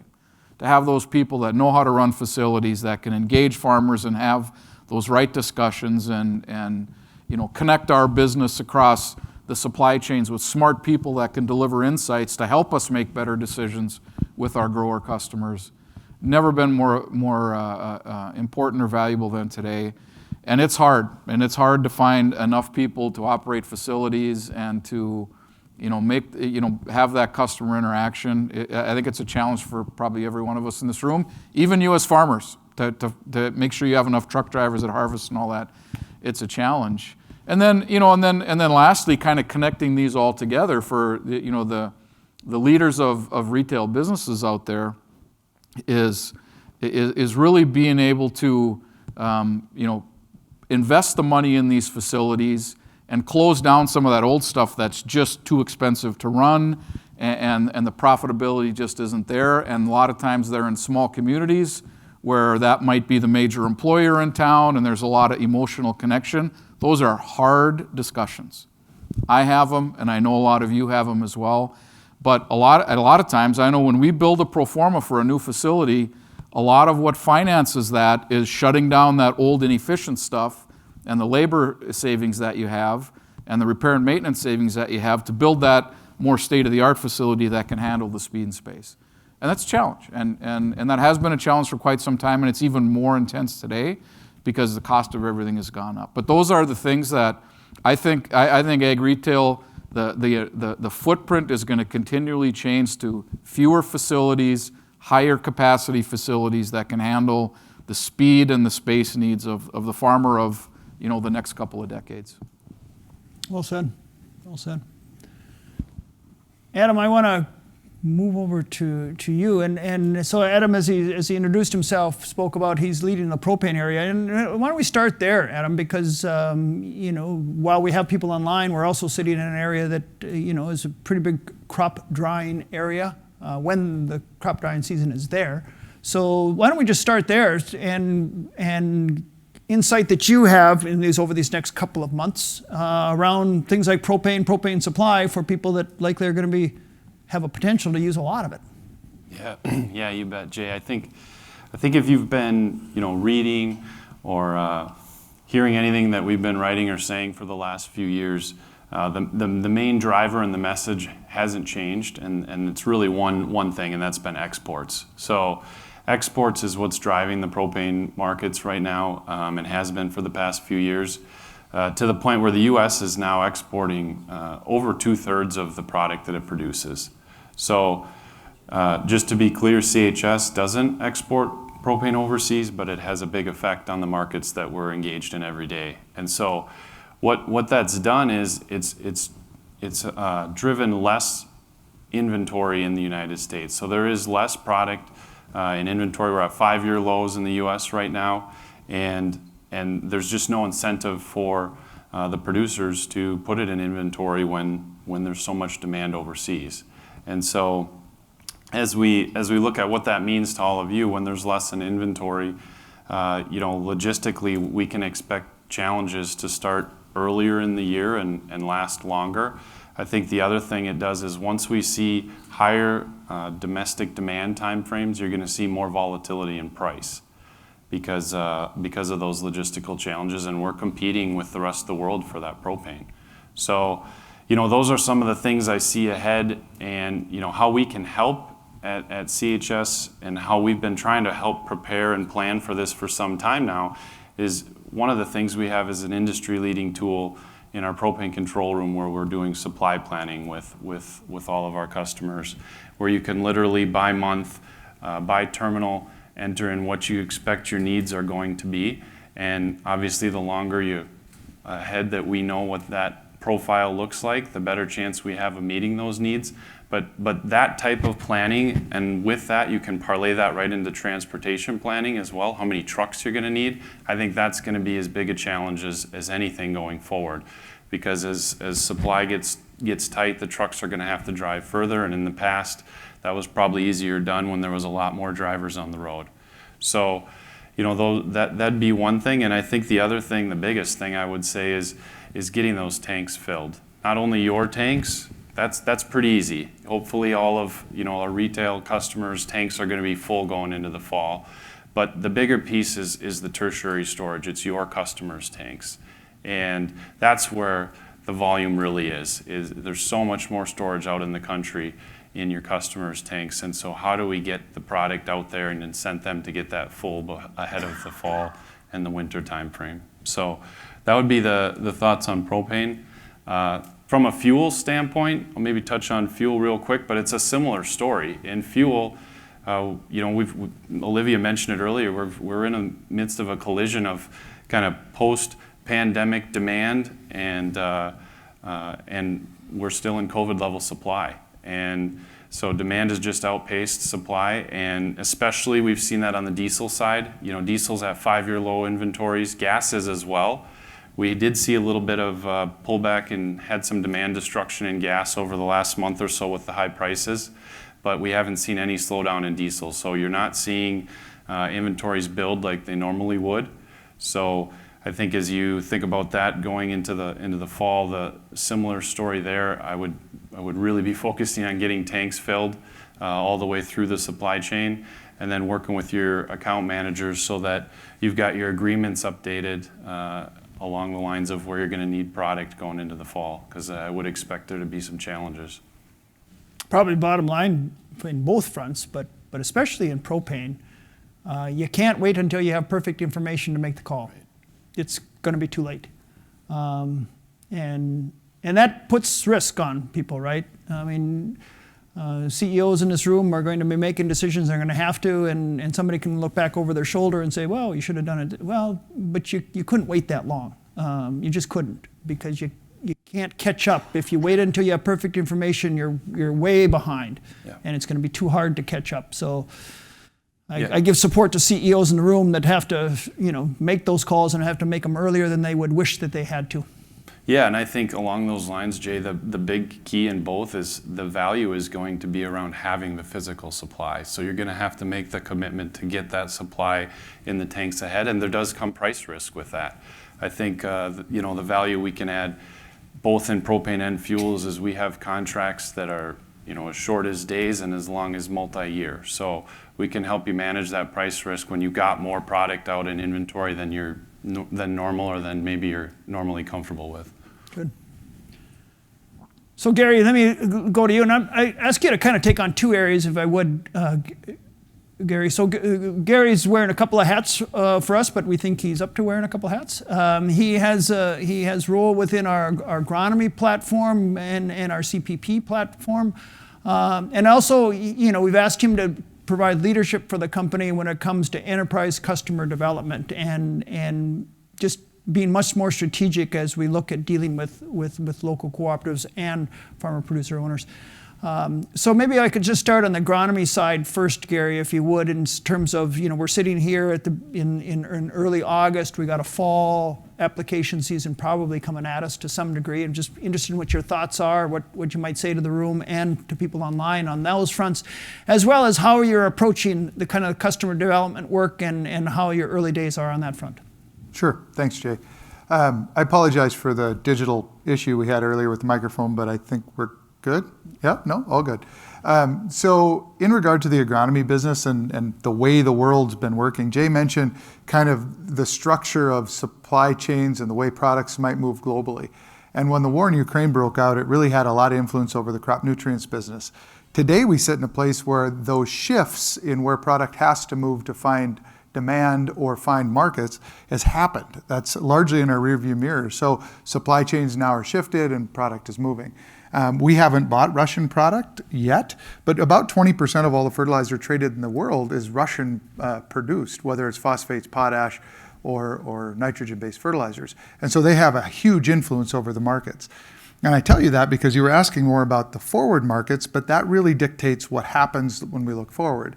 The U.S. planted our crop. We went through a period of no demand, which is quite normal for us in the summer months, more normal than not, that we wouldn't have demand. And now we're sitting with a lot of questions. What should we do for fall? We don't have a lot of imports at the ready or pointed at the U.S. The U.S.'s price structure is still below the world market. And so we're in a kind of a holding pattern right now. But if we look beyond this fall, we'd say that the markets are largely bullish because we know that the U.S. is going to plant a crop. We know that we're a stable democracy and will create demand for the world market. So a lot of the supply chains, not Russian-based fertilizer, they're going to point at the U.S. because we're going to see a price rally most likely in the U.S. and that'll attract a lot of tons. So it's the same old story. We talk about supply and demand, and right now we haven't had demand, and so there's no need to attract supply. But when a demand comes in the U.S., we're going to attract a lot of material here to the U.S. at higher and higher values. And so at the same time, Gary, though, you've mentioned before that you're seeing other parts of the world have higher fertilizer prices than here, which is also going to be a market dynamic that's a little bit different. Yeah, and we're going to have to bid up to attract the tons to get those ships pointed here. And some things happen when markets are disrupted. In my career of being involved in agronomy, 27 years, I think now, I've never seen this happen where we've exported U.S. tons to Mexico. But because we're so cheap in regard to the world market, Mexicans aren't going to African producers or Russian producers to buy tons. They're buying it from their neighbor, us. And generally, those tons would never find their way out of the U.S. pointed at Mexico. But it's what happens when markets are disrupted, when supply chains are somehow, there's an impediment to normal trade flows. And so right now we're cheap, we're cheaper than the world, which, as a farmer might not believe. Might feel that way, but that is the fact to the structure of the global market. And frankly, a lot of that's pushed by the price of natural gas in Europe. Today, natural gas in the U.S. is $7 or so. And European gas is probably $50 for the same MMBTU of natural gas. And so that's the feedstocks that's producing global fertilizer at those high values. And so that's the reason one more reason for a price disparity globally. And impacts production, I guess, in Europe too, with those high costs. Absolutely. I was actually just in Europe, and I can tell you that they're not a fan. Unleaded gasoline in Europe is about $8 a gallon equivalent. And every country is experiencing some sort of rolling power measurement. So you turn on the air conditioner in your hotel room and it runs for 15 minutes and then it shuts itself off on a timer because they can't just keep consuming the natural gas or the feedstocks for energy the way that they had in the past. And so their behavior toward energy is remarkably different than what we have here in the US. Now, a second piece of the puzzle for me is my new job and what we're doing with customers. And as Jay mentioned at the beginning, we were siloed, or we ran each of our divisions, whether it was for refined fuels, propane, our global grains business, or agronomy businesses, on islands, if you will, without a clean line of sight. I was talking to one of the board members for local co-op here at the meeting, and he was asking me about this new job, which is a little interesting. And it really comes down to viewing a total cooperative customer, or viewing the whole farm. We didn't do that before. We would make decisions for each one of our customers based on how we saw them through the view of any of those individual businesses, instead of saying, how does CHS view them? So if we were, as an example, if we were doing an allocation of a product, we wouldn't say, well, what do they do in grain or what do they do in agronomy? We would simply allocate based on what we knew of them in that product family, instead of saying how important they are to CHS. And that's really the view we want to take about all of our businesses, is how we are doing with you, impacting your strategies and your businesses for refined fuels and propane through our grain business or agronomy businesses, to make sure that your strategies come to life, and where we can lend a hand, we will, or where we can solve problems, we will. But a view of those companies and those customers across all the product families that we touch, instead of silo by silo. And you can indict us by saying, well, I thought you would have been doing that for years. Well, we haven't been, but we start today with a view of our enterprise and your enterprises working together to make all cooperatives stronger. Again, the fourth value of cooperative spirit is really, I think, at the center of my responsibility to Jay. Good. Any questions for the three of them in terms of what they said so far by anybody in the room?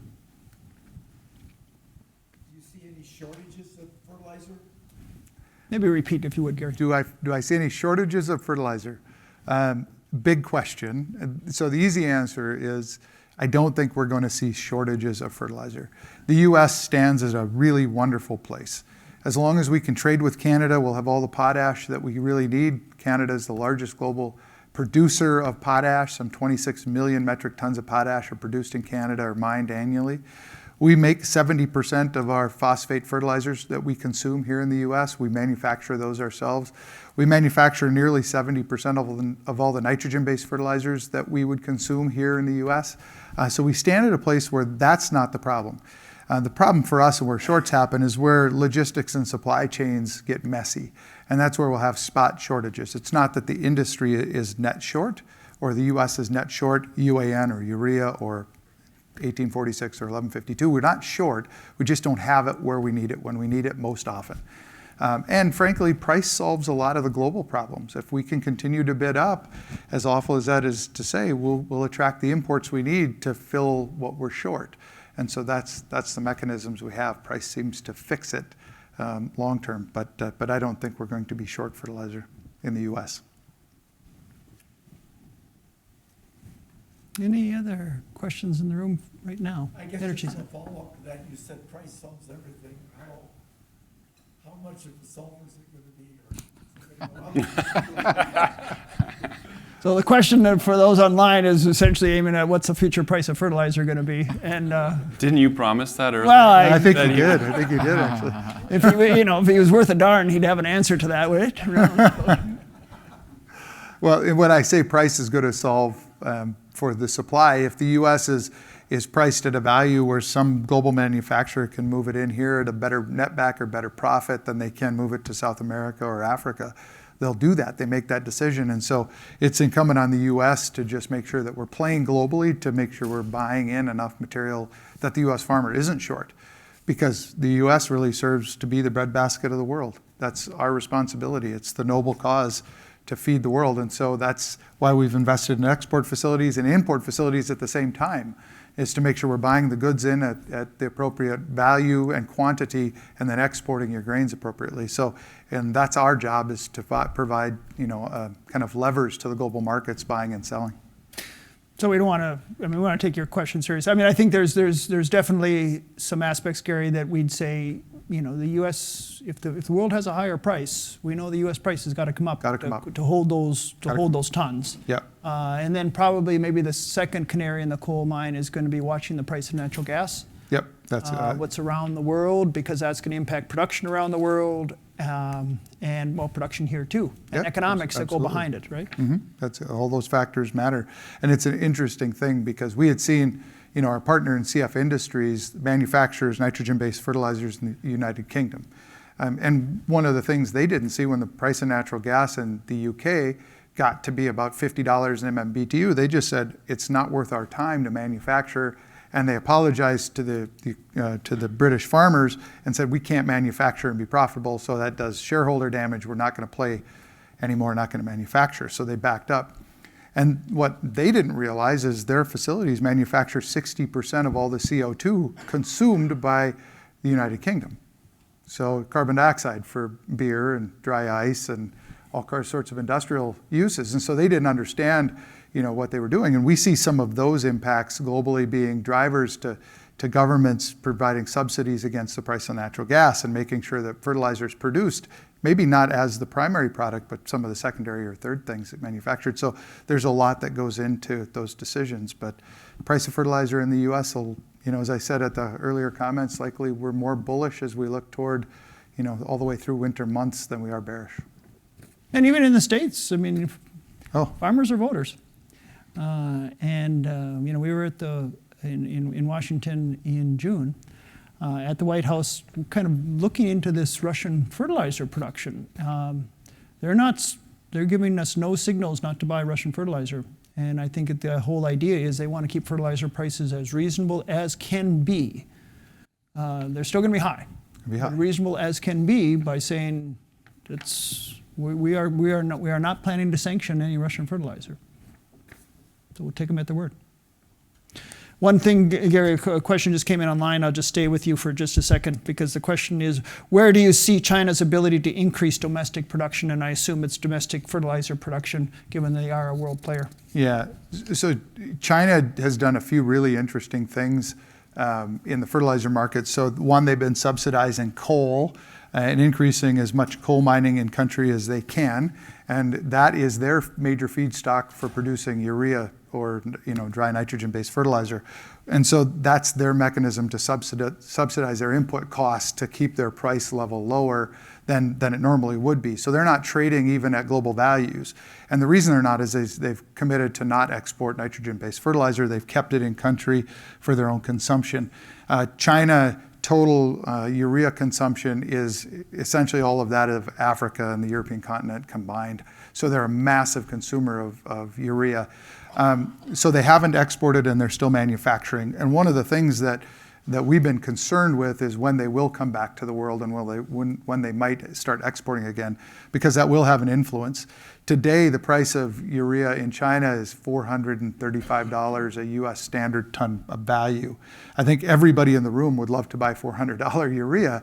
That's an example of the point at which the government said we're going to subsidize it to this spot.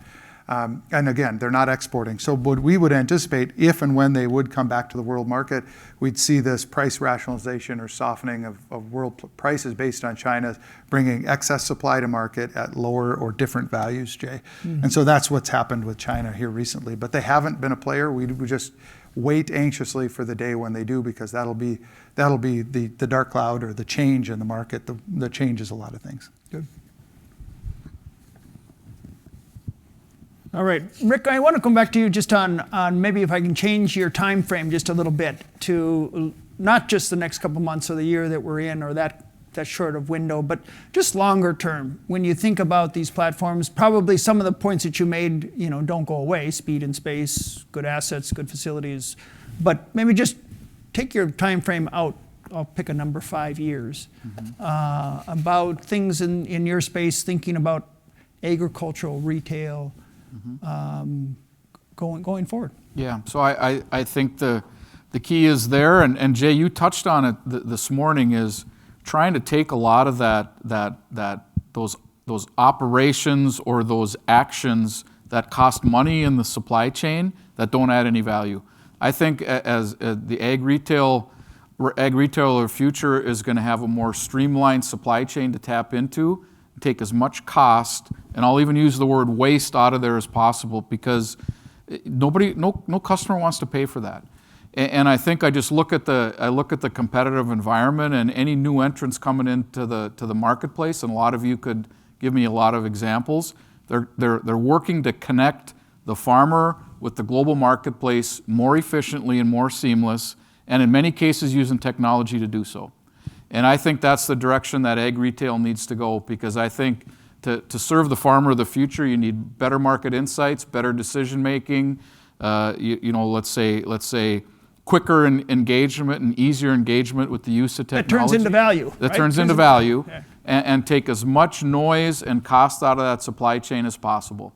I just think the days of, there's retail, and then there's a transaction to wholesale, and then there's a transaction to the global marketplace. I think that's getting clunky, and I think it's going to be really difficult to be competitive in that environment as the years go on, because I think that, and the farmers are going to keep growing, and they're going to keep getting more complex and more sophisticated, and I think they're going to demand that, and I think that's the way the future is going to have to go. Or I think we'll find ourselves in a situation where we just won't be competitive.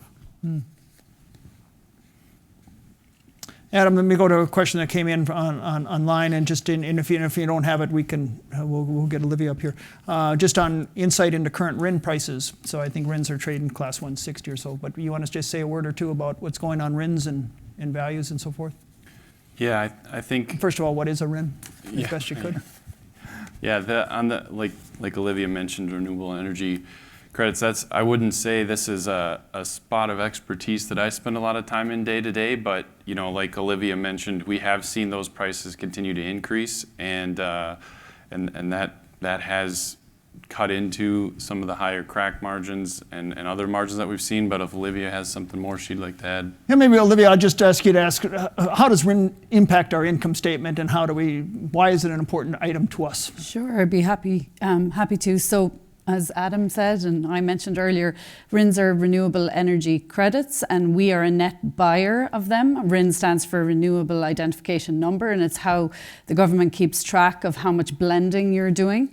And so we're a net buyer of RIN. So it is a cost. It's like a cost of goods for us, and it is a significant cost in our income statement.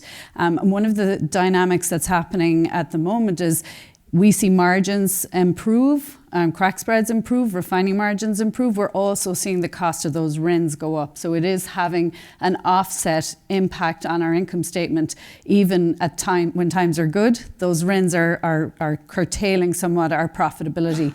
This morning, RINs were at 164.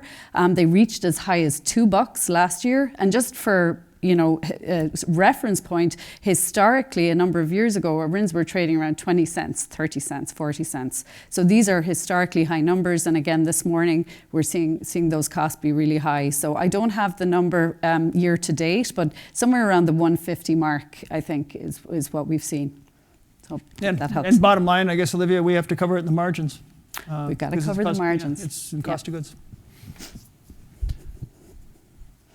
All right, maybe Gary, I'll ask you to just stay at a high level, because probably the questioner's we got to find a way to connect them with specifically. But the question is this: what will be the process to sign up for the CHS Carbon program? So maybe I could just ask you to say what you could at a high level here, and then what you could say to whoever asked the question in terms of a contact person to kind of get it in their area. Yeah, absolutely. So the CHS carbon program is branded Growcentive. We launched it specifically inside our country operations group, Rick, just to put a toe in the water and see if we can understand better how the carbon markets might work.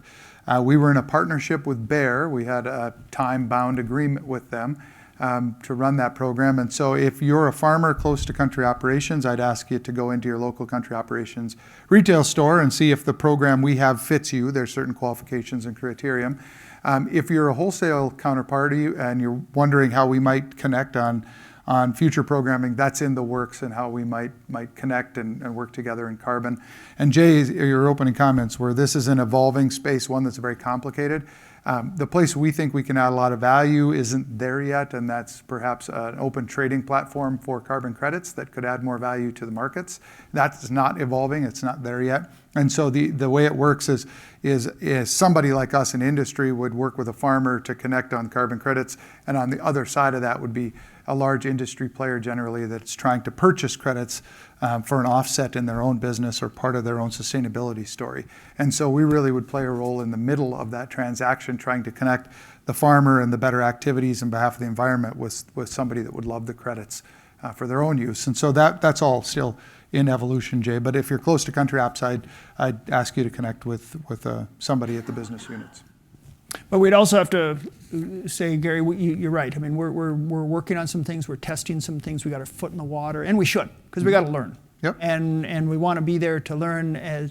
But at the same time, we acknowledge the fact that much of what's happening right now, it's hard to see how that scales.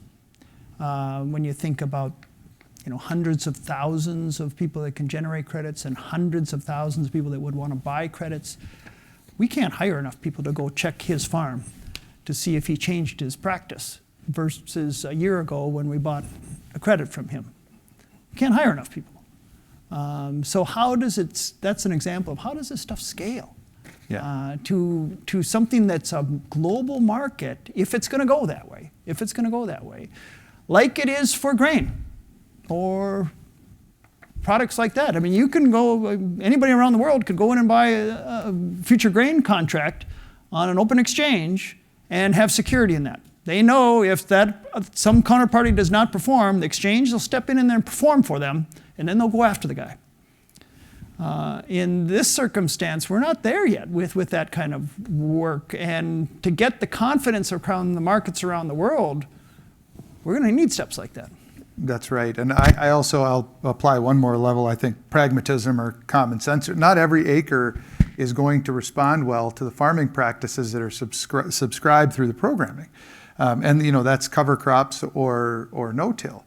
And some of the ground that we farm in the United States that's really productive ground needs to be tilled, or wouldn't appreciate having a cover crop because of the implications to the fertility programs. And so if you overlay kind of the cultural practices or how the ground behaves when we farm it, Jay, that's one more consideration. Yep. So not every acre is really able to be enrolled and still be a productive acre. So if you lose production, who's going to subsidize that? That's the problem with some of what's behind the program. So there's just some of those things that we have to learn and continue to work through. Industry, the farmers, and then the counterparties that are trying to buy the credit. So just a lot more that's still gray for us. And the point that Gary raises is not just a hypothetical. I mean, the board goes to Washington and we ask these people that exactly who pays for that if there's a yield change. Who? And the room gets kind of like this. And because somebody's either it's going to be in higher food prices or somebody's going to make somebody whole. And that's the part where it gets a little quiet. Now, at the end of the day, we don't say any of this to push back on it and say, so therefore it shouldn't happen. That's not where it goes. I don't think that's a winning hand. I don't think that's the way the company should approach it. But we need to get the facts up on the table about these are the issues that we need to together work on because they're real issues. But it's not meant to push back and say, so therefore don't go down these roads or don't think about this, because that's just not a winning hand. We'll end up outside the room when the decisions are made. If that's as agriculture, if that's the way we land, they'll shut the door and we'll be out there and we'll get a piece of paper. And that's a terrible time to start giving your input. So something we all should stay engaged in, and at CHS we look at our responsibility as the largest cooperative in North America to be a voice, but we're one voice. You're all voters. You also have a huge voice. So a question came in on could we make a comment on the Inflation Reduction Act of 2022 legislation. We got that question, Olivia, I think at a previous owners forum, too. Really don't have any comments that we can make today in terms of any impacts on CHS or on agriculture in general. It seems to be very supportive towards renewable fuels that we've seen. And of course, this company is a supporter of renewable fuels. It's been clear for decades that we're a supporter for renewable fuels. But we'll tear it apart. We'll figure out what the impacts are going to be across the company. I don't have anything to say on that front today, since it's just such brand new legislation, and probably the truth is they don't know what they voted on to begin with. So we got to work on that for a bit and see what they came up with. Any other questions? I got one more in line, and otherwise, anything in the room? I have a question for Rick. Sure. Selfishly, I'm just kind of curious, but you know, with fertilizer pricing, to go back to that, you know, for you selling fertilizer, just high level, how do you market that? Like, how much do you contract? How much do you buy cash? You know, it's like, for example, the farmer rule, the 33% rule, right? Store 33%. Futures, you know, on 33%, cash 33%. How do you market that within your co-ops, your country operations? Mm-hmm. Do you know, what percentage do you get on contract? Yeah. Well, maybe the best you can, Rick, summarize the question. So the question is how do we go about marketing our fertilizer to our grower customers? Because you know, there's a certain amount we need, and you know, percentage-wise. And I'm gonna talk less in percentages and more about kind of how we do it. So listen, every year we make a robust plan. We know within a very narrow band of how much fertilizer we're likely gonna sell. And then we start to create a plan with, you know, well, it was formerly Gary's team, but our crop nutrients team. This is a very different approach than we used to take, is formulate a plan with our wholesale team that includes CFN, and you know, how are we gonna supply this? And then really just go to the grower and have those discussions about market conditions.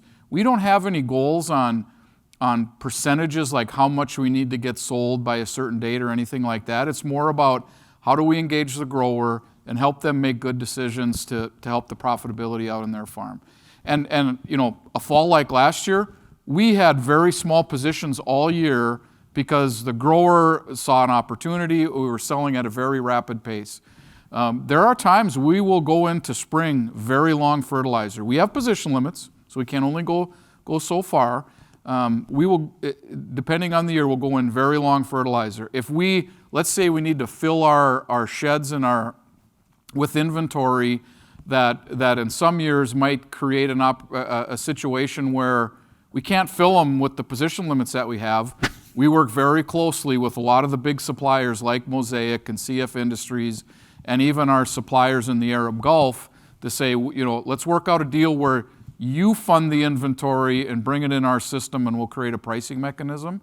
So it really depends on the market. And this fall, I suspect, even though with the discussion today, U.S. fertilizer is cheap, you don't feel that same, let's say that same demand pull from the farmer, because it's not quite as clear on your guys' farms as it was a year ago to buy fertilizer. So I suspect we'll go in with broader or bigger positions, but we're also going to be engaging our suppliers heavily to see what kind of programs we can work with them, you know, to put inventory in place without taking so much risk that we could blow up the division. You know, we're not going to do that. So it's a combination of all those things, and it depends on the market conditions as far as what percentage we'll have sold of our inventory in any given year. Because if you try to go on the percentages, I just don't think that just doesn't work with the market conditions. It's really about, you know, how this market feels. But I mean, since I've been running country ops for 5 years, we go in full every spring. We just do because we have to. Our farmers need us to be full, and then we manage the risk behind the scenes. Gary, anything you'd offer? Yeah, I think Rick covered it well. I would say, you know, what's the programs that Rick references from the basic manufacturers, it's not when the customer wants it, it's when the manufacturer wants to offer it. So it might seem like the best idea for us to ask, and they likely wouldn't participate. Their incentive to offer those programs is to run their machinery. They have to run their production facilities every day. And when the bin gets full and you're still staring at a production facility that you might have to idle, you make different decisions to get the inventory away and into the market. And that's where we would have power to negotiate when they're up against their production schedules or up against running their plants. So, Rick's right, those things happen, but it's when demand goes away, their bin gets full, and then we have a little bit of leverage to go back at them as a cooperative system and ask that additional question of them. So it's, this might be the case if we're going to have a smaller fall where we could see that some of those programs come back into play, but they aren't a dependable, repeatable program, but they do exist at times when the market dictates that they need to. So I think the last question I've got in my hand is renewable diesel is an exciting market opportunity for the future, and I think it really is. I think for soybeans, it's going to be a really nice future-driven driving that business. The question really was, what agronomy innovations are on the horizon? So a little bit longer term, but I think a really good question. When you think about longer term, not just supply chain issues that we're facing today and so on and so forth, but just thinking about agronomy innovations going forward. Gary, maybe I'll ask you to take it, and Rick, if you have anything to offer on the retail side as well. Gary? So innovation really is a wonderful question, and it speaks to some of our values and our strategies. One of the things that we're doing in agronomy, and it's a question we ask ourselves in crop protection, and the challenge is to replace 60% of our proprietary products every 5 years. So 60% of that material's got to change. If you're using the same box of proprietary stuff that you've had on your farm or out of your warehouse for 15 years, you need to ask yourself a question if that's the best technology available. Because what you're spending from Bayer, BASF, Corteva, there's innovation in their products, and you see that in the brand and the name change often. And if the partner product that companies like CHS would sell isn't changing at the same pace, are you getting the most out of your investment in crop protection? And so to support that change in innovation, that churn, is an investment we're doing to build a greenhouse. We've used third parties to do that work for us in the past, and we're going to take that in-house. That'll change our ability to bring new products to market. So today, we're really stuck on kind of what Mother Nature gives us. When we plant a crop, test the product, get the results, and there's about a 4-year lag to that.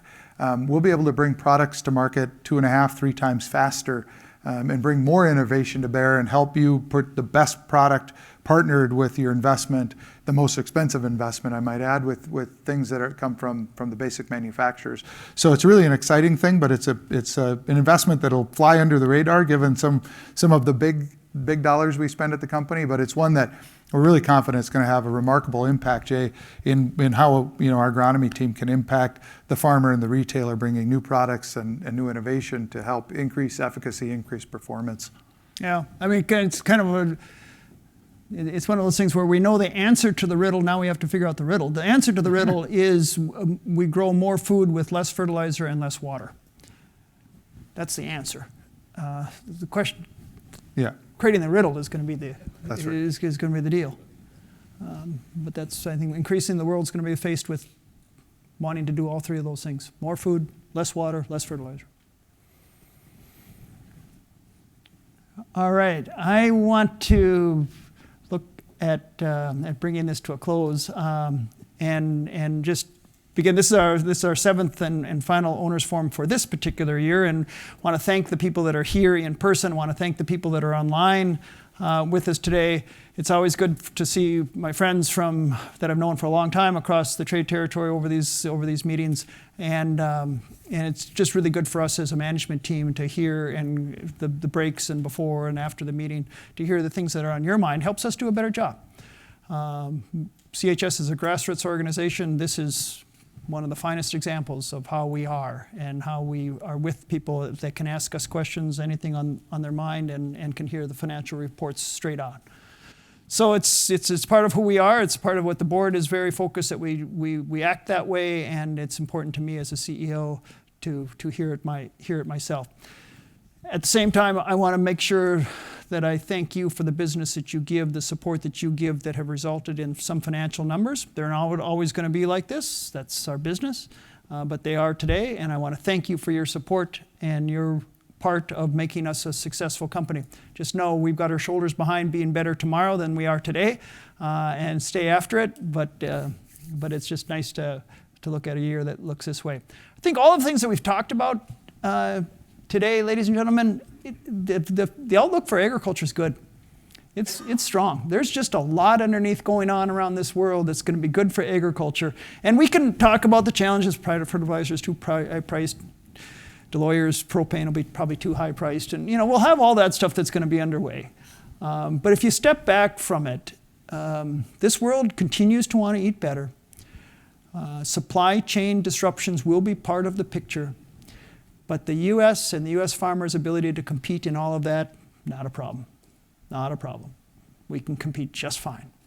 And so when you got those things as a starting points, and then you throw on things like renewable diesel and issues that are going to be kind of game changers in some respects, knowing you better keep your head about yourself because things change. But it also is just an environment that I think is really big, exciting, and is really good for agriculture. So we're going into this into these upcoming years with a really hopeful mindset, and an investment mindset, and a growth mindset. So with that, I just say one more time, any questions for me? Otherwise, we will go for lunch. If you have time to join us for a sandwich, I think outside here there'll be something set up. If you don't have time to join us for a sandwich, respect that, and thank you for being here, and we'll see you around either through the course of the next couple months, but for sure at our annual meeting on December 1 and 2 in the Twin Cities. Love to see you. The format will be kind of what you're used to, a day of educational sessions and then the meeting itself. So thank you. Thanks for being here, and join us for lunch if you can.